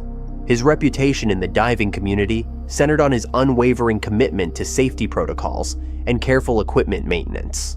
With extensive experience navigating the sinkhole's complex underwater terrain, he embodied the qualities of a skilled cave diver. His frequent trips to Mount Gambier reflected his deep passion for exploring these underwater caverns. The deaths of Brett, Patrick, and later, Dr. McAllister highlighted the sinkhole's unforgiving nature. Despite different experience levels and years between incidents, the deadly waters claimed them all. These tragedies reinforced the critical message that even the most prepared divers face serious risks in these treacherous underwater caves. On that fateful day, Robert dove with his regular companion, who lacked his extensive experience. They plunged deep into the sinkhole, reaching 104 feet when disaster struck. Robert started struggling to breathe, his movements becoming erratic. His friend noticed the distress signals and moved closer to help, but Robert's panic took over. He clawed at his mask and mouthpiece, desperately reaching for his friend's equipment in what seemed like a frenzied attempt to find air. The situation turned chaotic as Robert's behavior grew more aggressive. He yanked at his friend's mask and gear, making any rescue attempt impossible. The friend watched helplessly as Robert's condition deteriorated rapidly. Knowing the extreme depth made standard rescue procedures incredibly risky. Terror gripped both divers as the situation spiraled out of control in the dark waters. Robert's friend surfaced alone, gasping and trembling. Emergency teams rushed to the scene while medical staff treated him for severe shock. The authorities launched an immediate search operation. Hours passed before the recovery team located Robert's body, tragically tangled in cave guide ropes. Debate swirled around the exact cause of Robert's death. Some pointed to his entanglement in the ropes, suggesting his friend could have cut him free. Others focused on potential medical issues that might have triggered his aggressive behavior underwater. The ropes and medical problems created a deadly combination, though the precise sequence of events remained unclear. Dr. Robert McAllister's death sent shockwaves through the diving world. His reputation for helping others and dedication to medical care had earned him deep respect in both healthcare and diving circles. The loss hit particularly hard because of his extensive experience and safety-conscious approach to cave diving. His death left a massive void in the community and sparked intense discussions about diving safety protocols at challenging sites like Kilsby. The string of tragedies at Kilsby Sinkhole stands as a stark warning about the hidden dangers lurking in seemingly peaceful underwater caves. The deaths of Brett, Patrick, and Robert, despite their varying experience levels, prove that this extreme sport demands absolute respect and caution. The sinkhole's beautiful yet treacherous waters continue to remind visitors that even skilled divers face life-threatening risks beneath the surface. These incidents forever changed how the diving community approaches cave exploration, emphasizing that proper preparation and unwavering focus can mean the difference between life and death in these underwater mazes. The Kilsby Sinkhole draws countless divers to its crystal-clear depths, but these devastating losses serve as powerful warnings about the unforgiving nature of cave diving. No matter how many times you've explored these waters, danger lurks in every descent.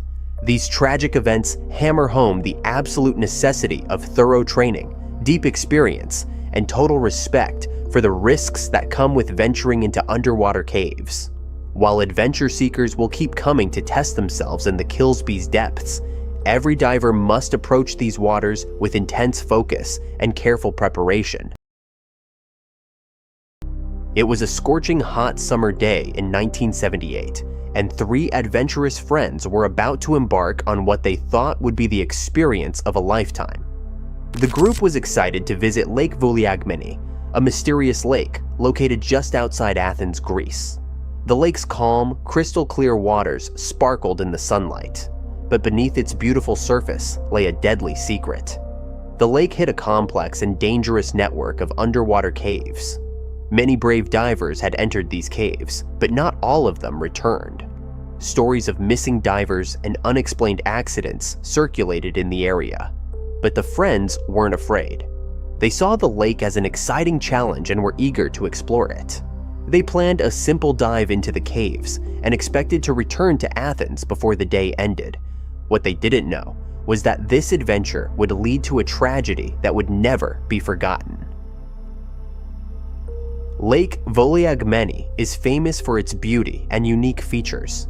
Its turquoise waters shimmer in the sun, surrounded by towering cliffs and lush greenery. On one side of the lake, visitors can relax at modern resorts and sunbathing spots, while the other side is dominated by steep rock faces that drop sharply into the water. The lake is fed by a mix of fresh springs and seawater, which makes it rich in minerals. These minerals are believed to have healing powers, and people travel from far away to soak in the lake's waters to treat joint pain, breathing issues, and skin conditions. While the surface of the lake looks peaceful and inviting, the world below tells a different story. Beneath the water lies an intricate maze of caves that has claimed the lives of many who dared to explore it. The lake's underwater caves are both a natural wonder and a deadly trap. During the 1940s, a team of German divers became the first to explore them. They discovered a vast network of twisting tunnels, enormous chambers, and strong underwater currents. The divers only mapped a small section of the caves before they decided it was too dangerous to continue. Their most significant discovery was a huge chamber near the cave entrance. From this chamber, 14 tunnels branched out like fingers, reaching deep into the darkness. One of these tunnels stretched over 2,600 feet, with some parts more than 500 feet wide. Some believed the caves might connect to the nearby Gulf, but this theory was never confirmed. Local divers began calling the cave system Devil's Hole, a name that perfectly described the danger lurking beneath the lake's surface. For Mark Granroth, his sister Jan, and their friend Donald Meinard, the lake was the perfect place for an adventure. Mark, who was visiting from California, was an outdoors enthusiast. He loved activities like hiking, cycling, and diving. His sister Jan, who served in the US Air Force, shared his adventurous spirit and was always up for a challenge. During her time stationed near Athens, she had met Donald, an experienced diving instructor who often explored Greece's underwater wonders. When Mark arrived to visit Jan in September 1978, she promised him an unforgettable trip to Greece. Exploring the depths of Lake Vouliagmeni was to be the highlight of their adventures together. On that fateful day, the trio arrived at the lake full of excitement. They brought their scuba gear and prepared for what they believed would be a simple and fun dive. The sun was shining, and the lake's clear waters seemed to welcome them. But they made several critical mistakes that would seal their fate. They only brought one flashlight for the dive, which was far from enough for the pitch-black caves. They didn't bring backup air tanks, thinking they wouldn't need them. Worst of all, they ignored the most basic safety rule for cave diving. They didn't set up a guideline at the cave entrance. This safety line could have guided them back to the surface. Confident in their skills, the three friends didn't think these precautions were necessary. As they slipped into the water and swam toward the cave entrance, their hearts raced with excitement. However, they soon encountered their first warning sign. A powerful current grabbed hold of them and pulled them deeper into the cave. This current was a hint of the cave's connection to the Gulf's strong tides. Inside the cave, they entered an otherworldly landscape. Giant chimney-like formations rose around them, and the walls sparkled with minerals. The friends swam through narrow tunnels and enormous chambers, marveling at the beauty of their surroundings. For a while, everything seemed perfect, and they were completely unaware of the danger closing in around them. As they moved deeper into the cave, they unknowingly stirred up silt from the cave floor. The water, once clear, turned into a murky cloud that surrounded them and blocked their vision. The group's single flashlight was no match for the thick darkness. Disoriented and scared, they realized they were lost. They had no idea which way led back to safety. Without a guideline to guide them, the cave turned into a maze. To make matters worse, the deep water started affecting their minds. Nitrogen narcosis, a condition caused by breathing compressed air at depth, clouded their judgment and made them feel confused. As their air tanks began to empty, the three friends were trapped in a terrifying battle for survival. When the divers failed to resurface, others at the lake quickly raised the alarm.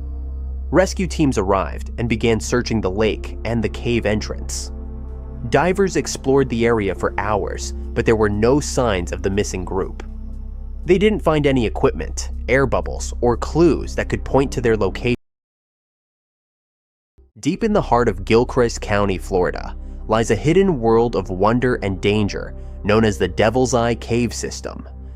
Just a short drive west of High Springs, this underwater labyrinth is part of the renowned Ginnie Springs Resort Complex, a popular destination for both adventure seekers and nature lovers alike.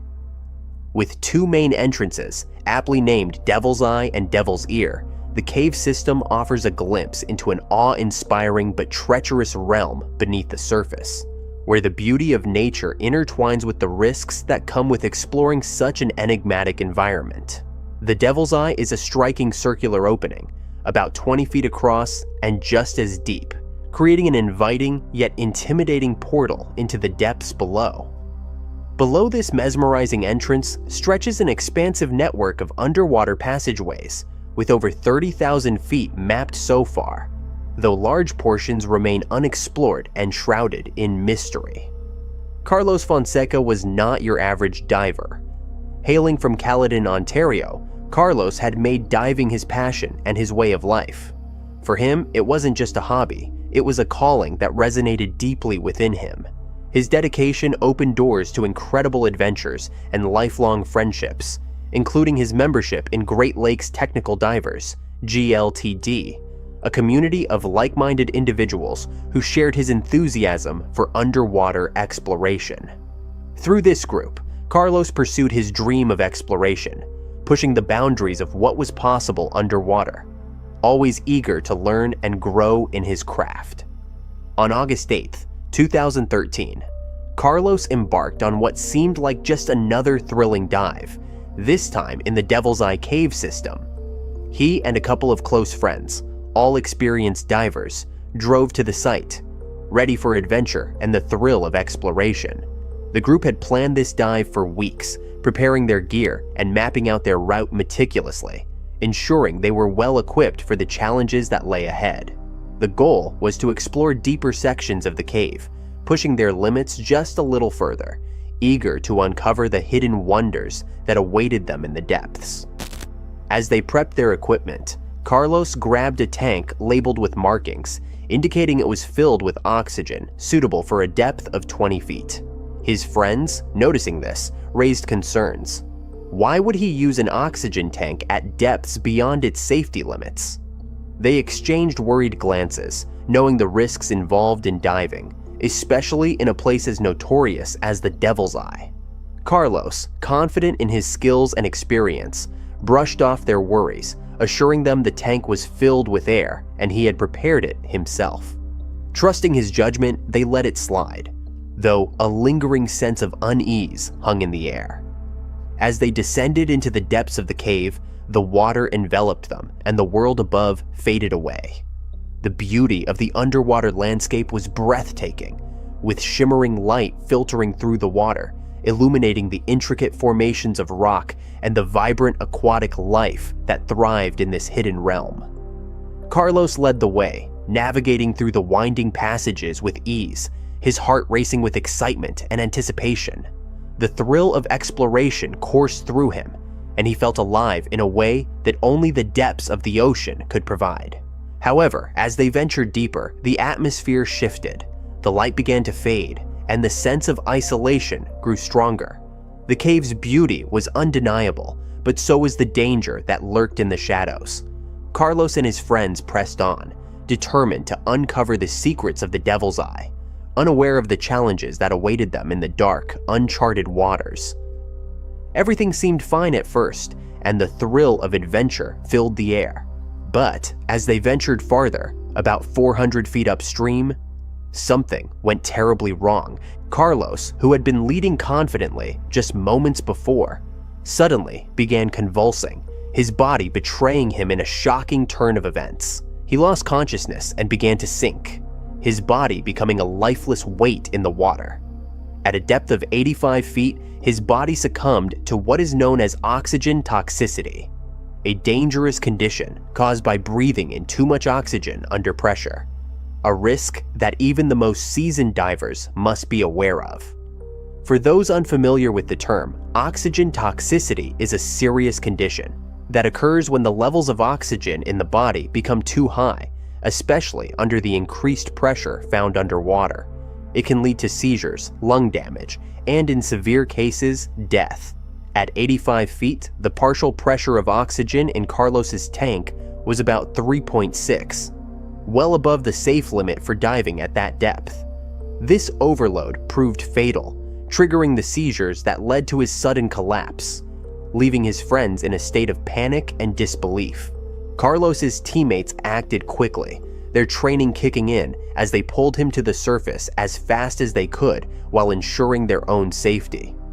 Other divers in the area, including trained cave instructors, rushed to help, their instincts driving them to assist in any way possible. CPR was administered in a desperate attempt to revive him, and Carlos was transported to a nearby hospital, where hopes for his recovery dwindled. Tragically, despite their efforts and the urgency of the situation, he was pronounced dead, leaving a profound sense of loss in the hearts of those who knew him. News of Carlos's death spread quickly, sending shockwaves through the diving community. How could such a seasoned and skilled diver fall victim to something so preventable? Speculation ran wild, with some questioning his expertise, suggesting he may not have been as capable as people believed. But those who knew Carlos dismissed these claims vehemently. He was an expert, a man who had dedicated his life to mastering the craft of diving, and his reputation was built on years of hard work and commitment. Investigations into the incident revealed the tragic oversight that led to this heartbreaking outcome.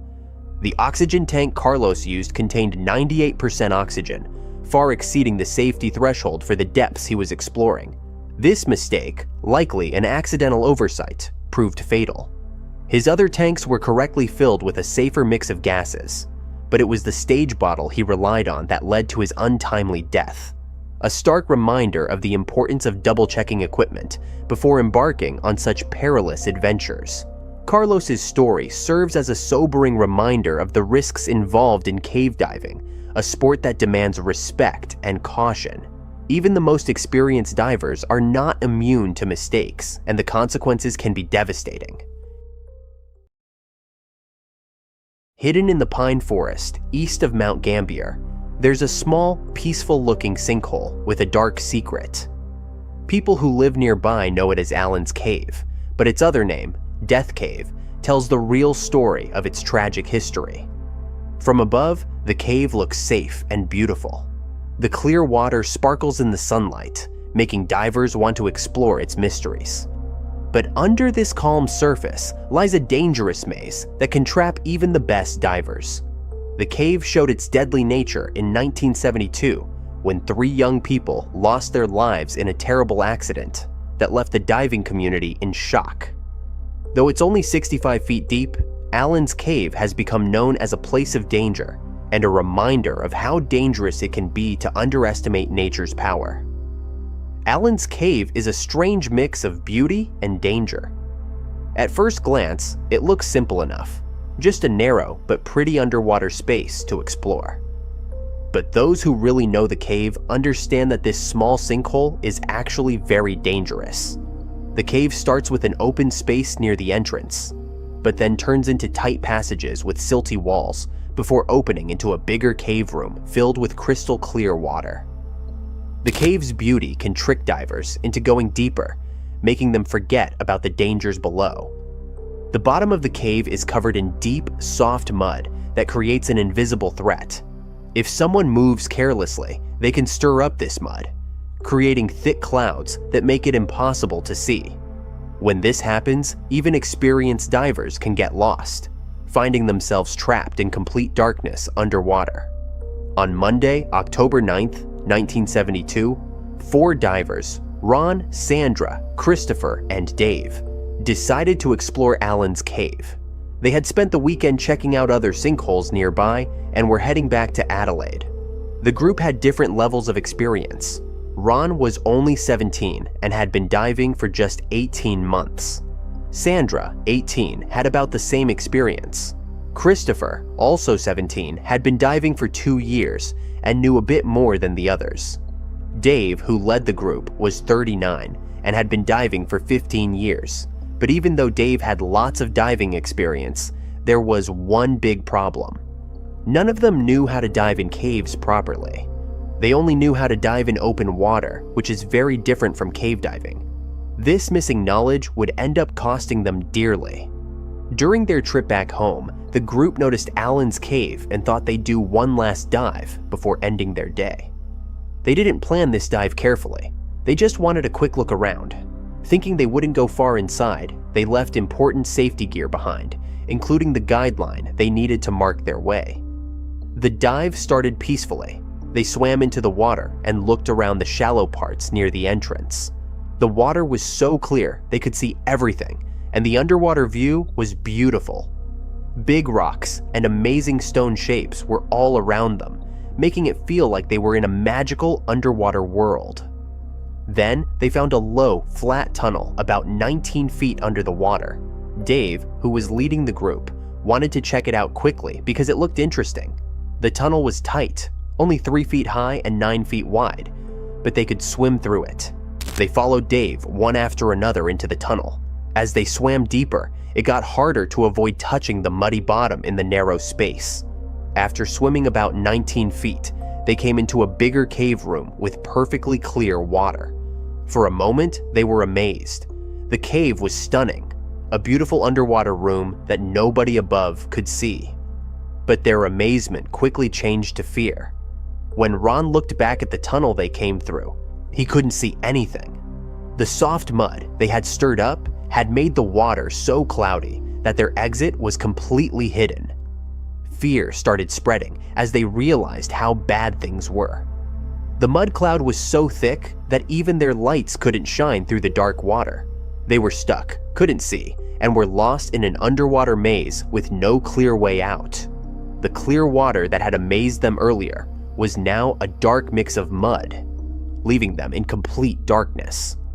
Trying to escape, the divers felt along the cave walls, hoping to find the tunnel they came through. But every move they made just stirred up more mud, making things even worse. Their air tanks were getting low and time was running out. Ron tried to stay calm despite being scared. At one point, he bumped into Dave and grabbed him, hoping they could find the way out together. But everything was too confusing and scary. They lost hold of each other, and Ron was left alone in the dark cave.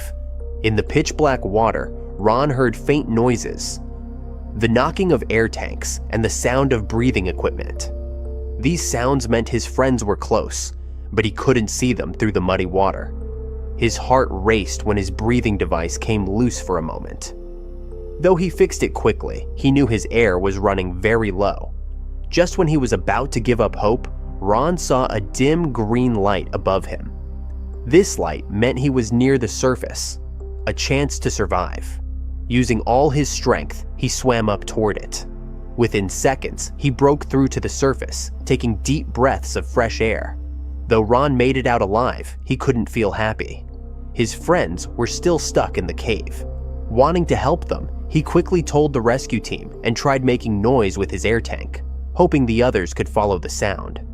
But the thick mud in the water and the cave's confusing tunnels made it impossible for them to escape.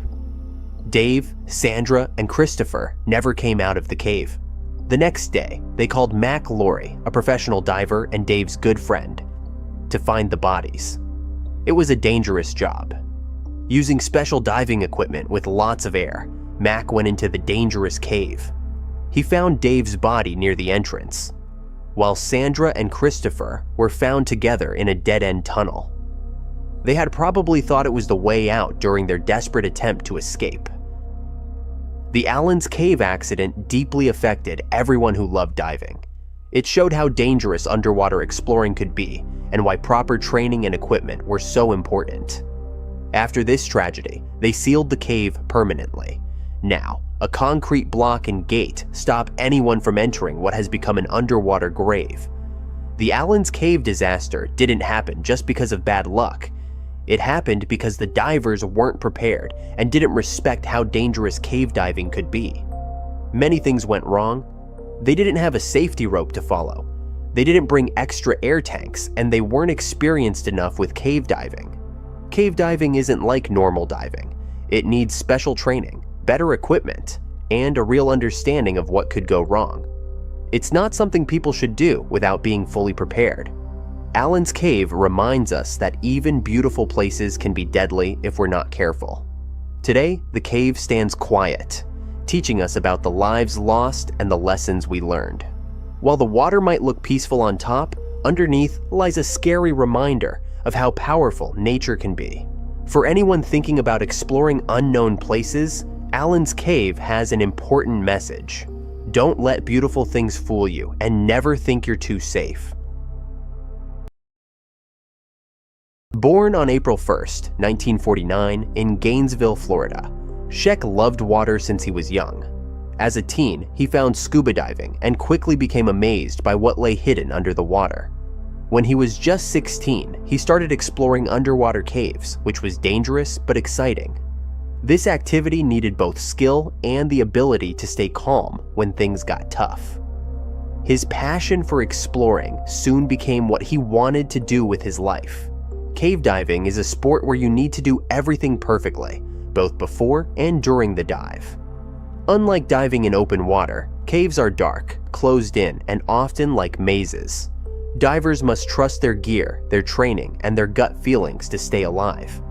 Even small mistakes, like getting lost, running out of air, or having equipment breakdown, can be fatal. But for Sheck, these dangers were part of what made it exciting. He worked for many years to make his methods better, create safety rules, and even make new equipment to improve the sport. His work helped make cave diving what it is today, and other divers saw him as a legend. Sheck did many amazing things in his career. He was the first person to dive deeper than 800 feet, 244 meters, a depth that most people wouldn't even think about trying. He could do this because his body handled nitrogen narcosis better than most.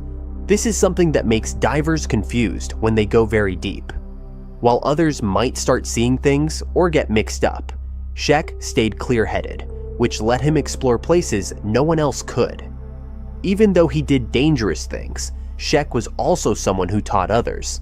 He wrote books like Basic Cave Diving, A Blueprint for Survival, and Caverns Measureless to Man, which divers still use today to learn. His books talked a lot about being prepared, thinking about risks, and following safety rules. He also created new gear like the Octopus, a backup breathing system that lets divers share air in emergencies, which is still saving lives today. By 1973, people outside of diving knew about Sheck too. That year, he joined a research project in the Bahamas, where he lived underwater for 8 days in Hydrolab, a special underwater house made for science studies. This showed everyone how well he could handle extreme situations and proved he was truly a pioneer. Though Sheck was very successful, he knew the dangers of cave diving well. He lost many friends to diving accidents over the years. These sad events made him work even harder to make cave diving safer. Still, Sheck knew that diving would always be risky. He accepted this, driven by his strong desire to discover new things. Zacuton was a really tough challenge for Sheck. This huge sinkhole was part of a group of water-filled holes and caves, made when limestone rock fell in. Its straight-down walls went into what looked like a never-ending pit, filled with water that was clear but dark at the same time. For many years, scientists and divers wanted to know how deep it went. In 1994, Sheck and his friend Jim Bowden decided to dive into Zacuton, pushing themselves harder than ever before. They planned everything very carefully. Both divers carried several tanks filled with Trimix, a special mix of oxygen, helium, and nitrogen that helps divers think clearly when they go deep. They also put extra tanks at different depths for their way back up. Sheck and Jim used different ropes to go down, which was safer because they wouldn't get tangled up and could dive on their own. On April 6th, the dive started well. When Sheck got to 290 feet down, he left one of his tanks there to use later when coming back up. Jim, who was diving behind him, switched to a smaller backup tank. Even though the water was cold and dark, both men stayed focused as they went down quickly to reach their goal. When they got about 800 feet down, the heavy pressure started causing problems. Jim saw Sheck's light moving faster than it should, which was strange because Sheck was known for being very careful. Later, they found out Sheck had gone down to 904 feet, breaking records but getting into big trouble. Going that deep causes lots of problems for divers. The huge pressure can make people shake, get confused, and make bad choices. Doctors call this high-pressure nervous syndrome, HPNS. Experts think Sheck started having these problems as he went down. At the same time, Jim had his own troubles. His breathing equipment broke, and he had to open and close the air valve by hand for each breath. Jim knew this was dangerous, so he decided to stop going down and start heading back up. As Jim went up, he looked for Sheck but couldn't find him. Not seeing any bubbles from Sheck's breathing was very worrying. Up on the surface, everyone was getting more and more worried, including Sheck's wife, Mary Ellen, and Jim's wife, Kristovich. Hours went by with no sign of Sheck. Mary Ellen even dove down 250 feet to look for bubbles or any sign of her husband, but she couldn't find anything. After spending 9 long hours coming up slowly to avoid getting sick, Jim finally reached the surface, very tired and upset. He told everyone that Sheck was missing. The sad truth hit everyone hard. One of the best cave divers ever was probably gone forever. 2 days later, they found Sheck's body in Zacuton. His dive computer showed he had gone down 904 feet before he died. No one knows exactly what killed him. The doctors who checked his body couldn't find a clear reason, but experts think it was probably a mix of things. The pressure affecting his nerves, his equipment having problems, and the huge weight of all that water pushing down on him. Shek's death hit the diving community really hard. He had spent many years showing others how to be brave, but also safe while diving. He came up with many new ways to dive safely that still help keep people alive today. Even though diving was dangerous, Shek thought it was worth the risk. He once said, "If I have to die, I'd rather die exploring." These words show how brave he was and how much he wanted to push what humans could do. Zacaton is still one of the scariest and most dangerous places to dive in the world. Shek's story reminds us how risky it can be to explore new places, but it also shows how humans keep trying to discover new things no matter what. His life and what he did still make people want to be adventurers, scientists, and dreamers today. Even though Shek's life ended sadly, people will never forget what he did for diving. This final adventure began on a brisk Saturday morning with Donald and his boys, Christopher and Roger, filled with anticipation. The Crooked Swamp cave system had always intrigued Donald, with its complex network of passages and chambers, each one offering a new challenge. Donald and his two boys were leading a scout group. The group members were excited too, though some were visibly nervous about the day ahead. However, Donald was not experiencing his first trip. He had always enjoyed leading the scout into many different mysterious caves. Besides Donald, another scoutmaster joined the trip. The group of 12 boys was a mix of eager and nervous scouts, each ready to face the claustrophobic conditions of the cave. As they gathered at the cave entrance, Donald and Jim laid down the ground rules once more. Safety was paramount. The boys were to stay close, always keep their buddy in sight, and only explore the areas the scoutmasters had cleared. The entrance to Crooked Swamp Cave was almost hidden. A small opening, just 16 inches high, 28 inches wide. It was a test of courage for the scouts, many of whom had never faced such tight spaces before. As they squeezed through the entrance, initial anxiety turned into excitement and anticipation. Inside, they found themselves in a relatively spacious room, about 300 square feet with ceilings between 8 and 11 feet high. Donald and Jim positioned themselves at opposite ends of the room, keeping a watchful eye on the boys as they explored the larger paths branching out from the main chamber. The main chamber pointed to different smaller tunnels, but both the scout leaders were unsure of the path to take, as any one of them could lead into a dead end. However, the boys were much smaller than the two men. Therefore, Donald was convinced that boys will easily make it through the tiniest of the paths. But stupid of his act, he didn't think it for himself. Donald eagerly decided to explore a smaller tunnel that branched off from the main room. Donald, standing at 511 and weighing 160 pounds, was familiar with tight squeezes in caves. His familiarity with caving gave him confidence as he slid into the 18 by 20 inches passage. The mud made the going slippery, but he managed to make steady progress. His sons kept close, ready to relay information back to the group. But as he maneuvered through a tight turn, Donald suddenly felt the ground give way beneath him. He slid into a narrow crevice, unable to stop his descent. Though the fall was only a few feet, Donald found himself wedged in a keyhole-shaped tunnel that narrowed to just 5 inches at the bottom. His arms were pinned at his sides, and every attempt to move only wedged him further into the crevice.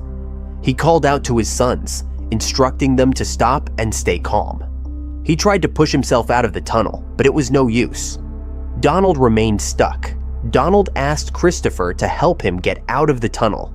He tried to grab the shoes of his father surrounded by mud, but due to confined space, he was left with no choice but to go and get some help. Christopher and Roger, realizing the severity of the situation, retreated to fetch Jim. Jim squeezed into the narrow passage and found Donald's legs protruding from the tight turn. The 30-degree angle made it nearly impossible to pull him out. Each tug only seemed to tighten the cave's grip. Rocks that had loosened during Donald's slide now blocked any backward movement. Hours passed, with Donald still trapped. Jim and the boys couldn't free him, so they called for help. A specialized cave rescue team arrived, facing the daunting task of navigating the 18-inch wide tunnel. They quickly got to work, trying to rig up ropes to pull Donald out of the tight passage. However, despite the combined strength of several people, their efforts only wedged him further under the ledge and rock that trapped him. The rescuers couldn't reach the rock blocking the path, and Donald's hands were pinned by his body in the narrow fissure he had slid into. Realizing that pulling him free wasn't an option, they brought in chisels and small jackhammers to break apart the larger pieces of rock. This painstaking work in the cramped space yielded little progress, but they persisted, hoping to eventually free him. Rescuers managed to keep Donald as comfortable as possible under the circumstances. They used heat lamps and warm water bottles on his exposed legs, but the cold cave air and constant contact with the rock were relentless. The temperature inside the cave was a mere 57 degrees, and hypothermia was a real threat. Cavers, with extensive knowledge of the system, knew of another cave that connected to the tunnel near where Donald was trapped. They entered this cave from the opposite side and explored until they found a passage leading directly to the tiny tunnel. However, only the smallest cavers could navigate this narrow passage. Two sisters, Lynn and Nancy Taylor, were perfect for the task. Nancy at 52,105 pounds and Lynn at 5 pounds 86 pence had the advantage of their petite size. Lynn, using her tiny frame, managed to wiggle through the extremely narrow passages in the second cave. She reached the point where the caves connected, but it was only 5 inches wide at that spot. Despite stretching as far as she could, Lynn was unable to reach Donald's head. The cramped, winding passage kept her about 2 feet away from him. Heartbroken, they realized that rescuing Donald from that side was impossible, leaving the rescue team unable to provide him with warm water or nourishment. Time was running out, so they called in a specialized rescue team. This new team began digging with the hope of breaking through to the section of the tunnel where Donald was trapped. They worked tirelessly throughout Sunday, trying to reach the right depth. However, by the end of the day, they were still about 12 feet away from the target tunnel. They continued to dig laterally, attempting to find a way to connect to the passage. By Sunday night, Donald had been trapped for 36 hours in a downward angled position. With each passing hour, Donald's condition deteriorated. He grew colder and more disoriented. The rescuers, undeterred, kept digging in hopes of reaching him from another angle. By Monday morning, nearly 48 hours after he had become trapped, the rescuers heard faint grunts from Donald. It was a sign that he was still alive, although suffering from severe hypothermia. This discovery fueled the team's determination to dig even faster and more efficiently. The situation again shifted to terror when they were hit with a challenging bedrock area that was almost impossible to dig through. With nearly 2 days of entrapment, no food, no water, and the relentless cold, the rescuers began to fear for Donald's survival. The nurse used a Doppler machine and EKG to check for signs of life, but found no pulse in Donald's legs. Despite this, the team continued their efforts, refusing to give up hope. They resorted to using dynamite, a risky but necessary measure. Finally, on Tuesday morning, after nearly 72 hours, a doctor reached Donald and confirmed the worst. He had succumbed to hypothermia and exposure. The heroic efforts of the rescue team had not been enough. The nature of the accident and the cave's unforgiving terrain had sealed Donald's fate. Recovering Donald's body was a grueling task that took another day. The tight passages and jagged rocks made it a challenging operation, but the team persisted. Donald's death left a profound impact on everyone involved. The Crooked Swamp cave system was locked for limited access, with entry restricted to experienced cavers who were members of recognized organizations. This urge of adventure reminds us about a similar incident that took place in history. Ignoring all caution, one man, driven by a thirst for discovery, ventured into an uncharted passage that turned their fun camping trip into a chilling nightmare.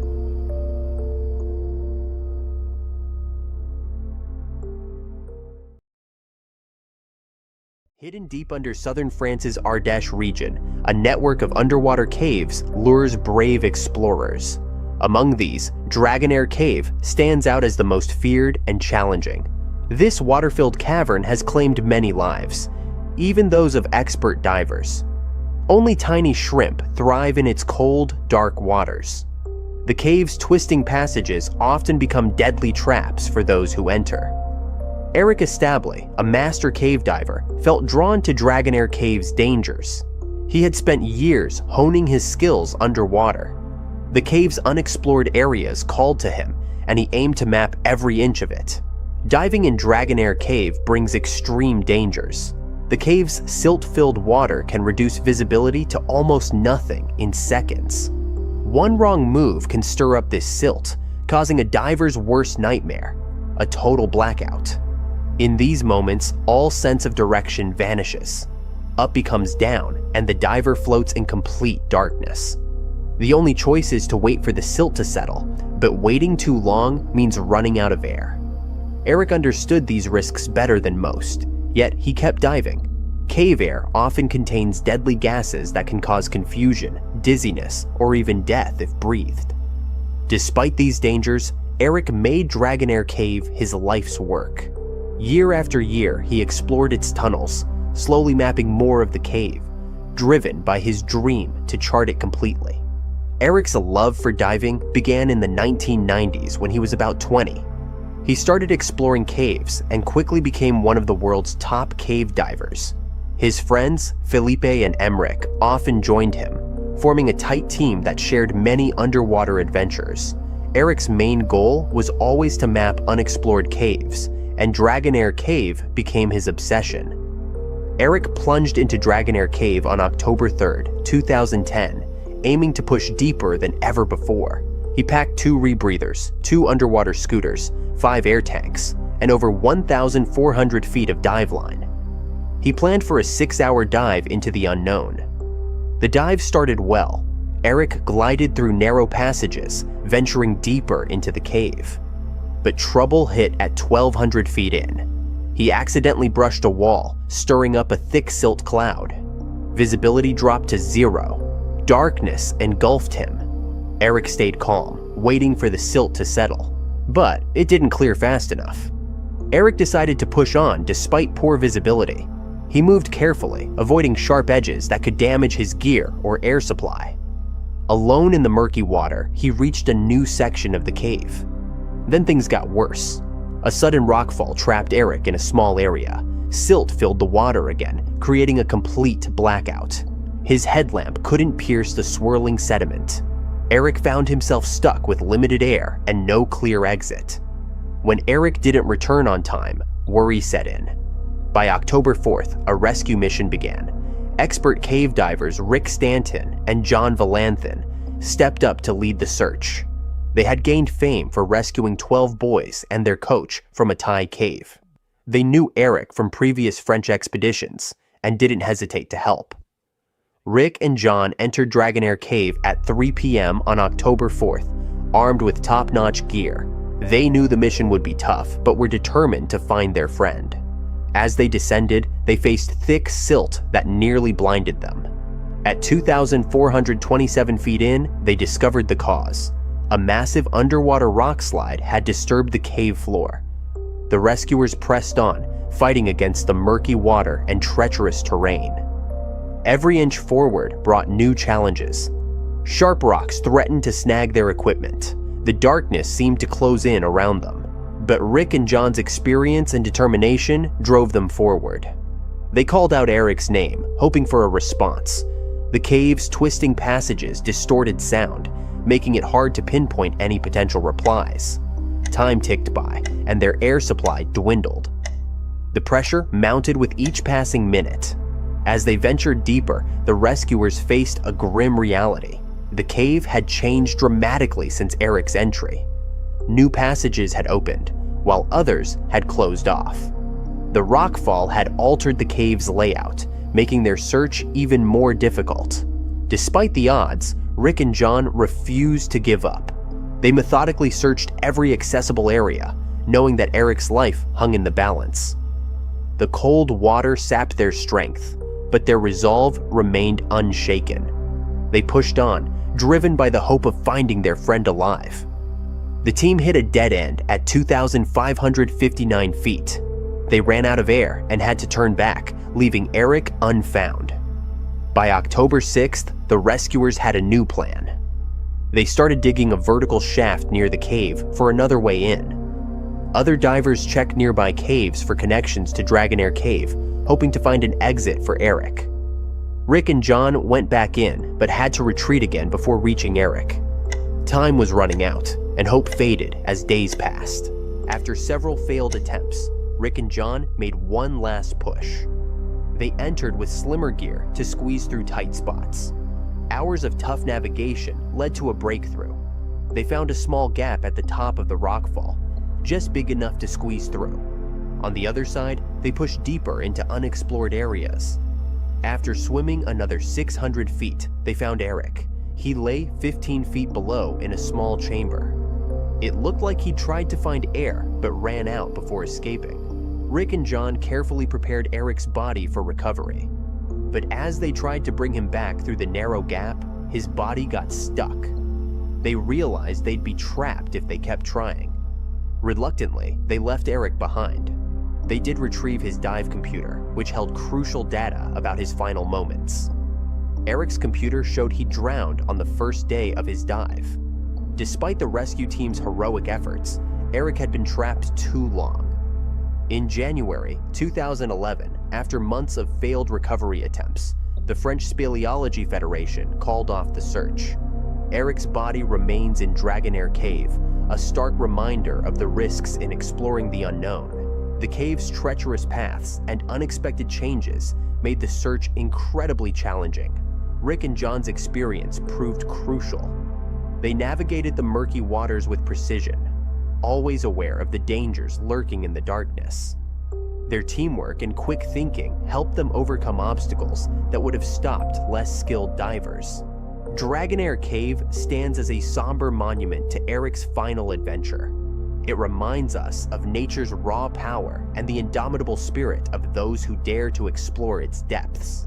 Eric's legacy lives on, inspiring future generations of cavers to push boundaries while respecting the dangers that come with venturing into the unknown.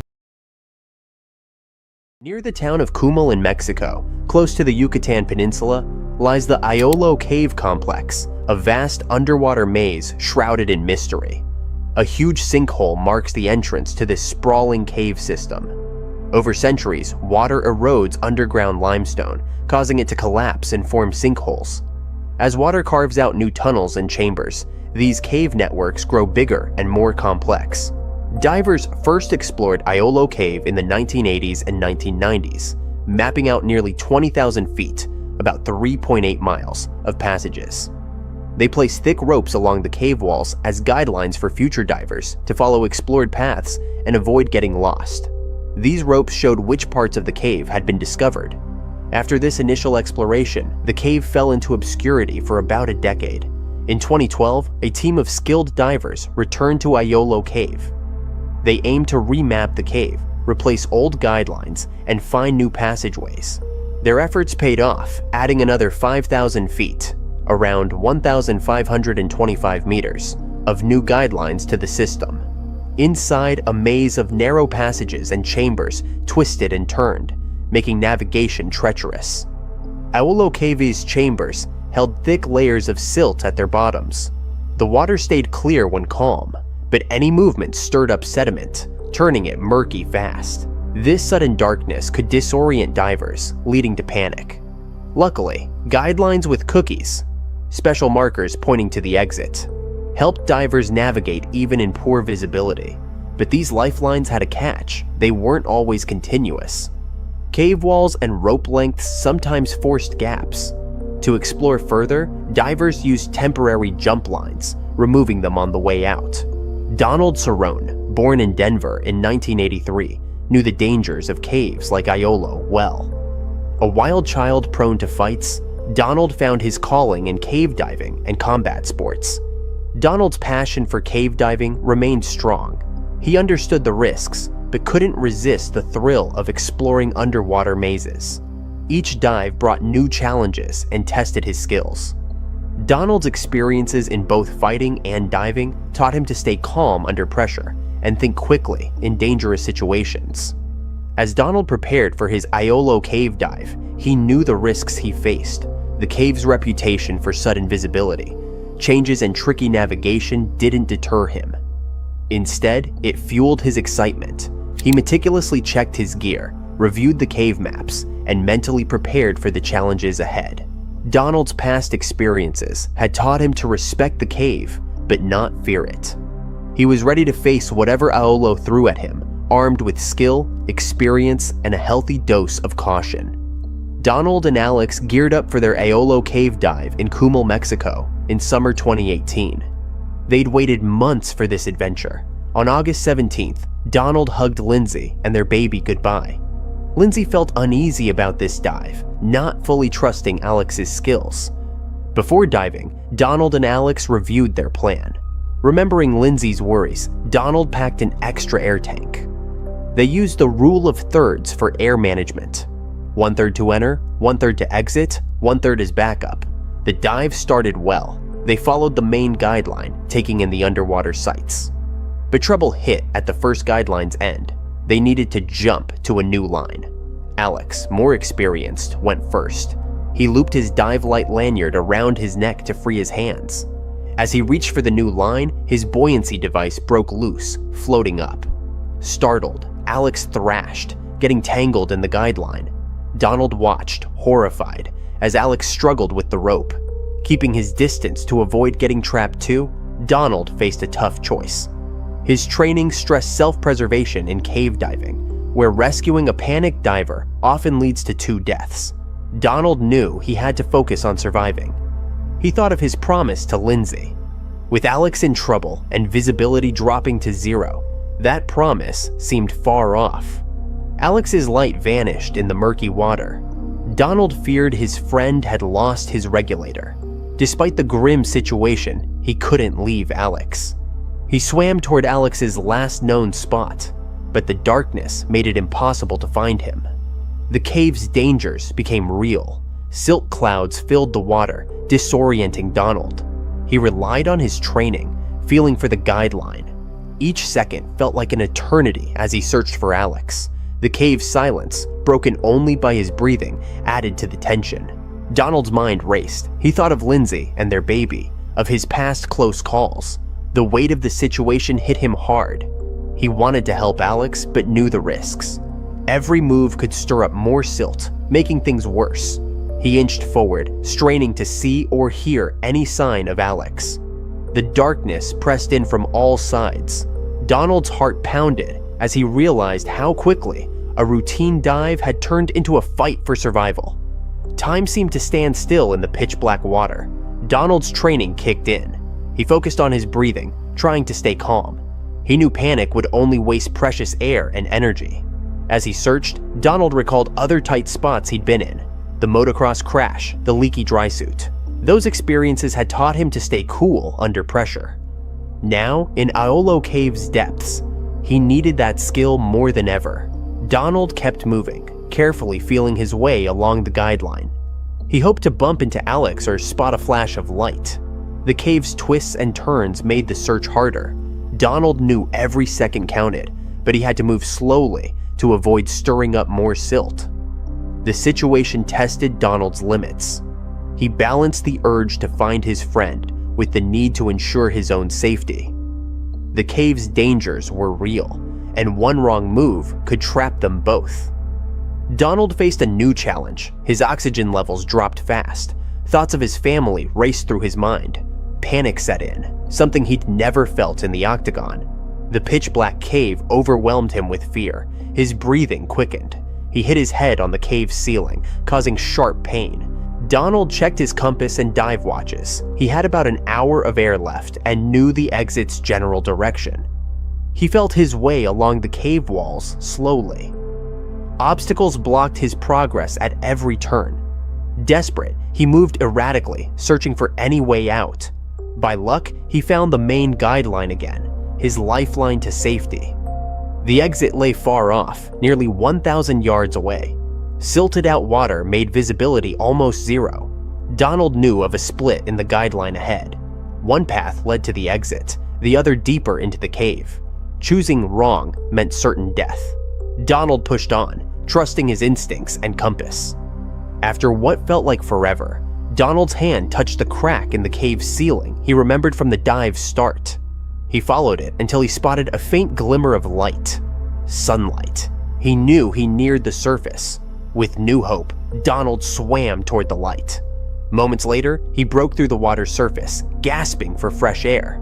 To his surprise, Alex sat on the shore, smiling.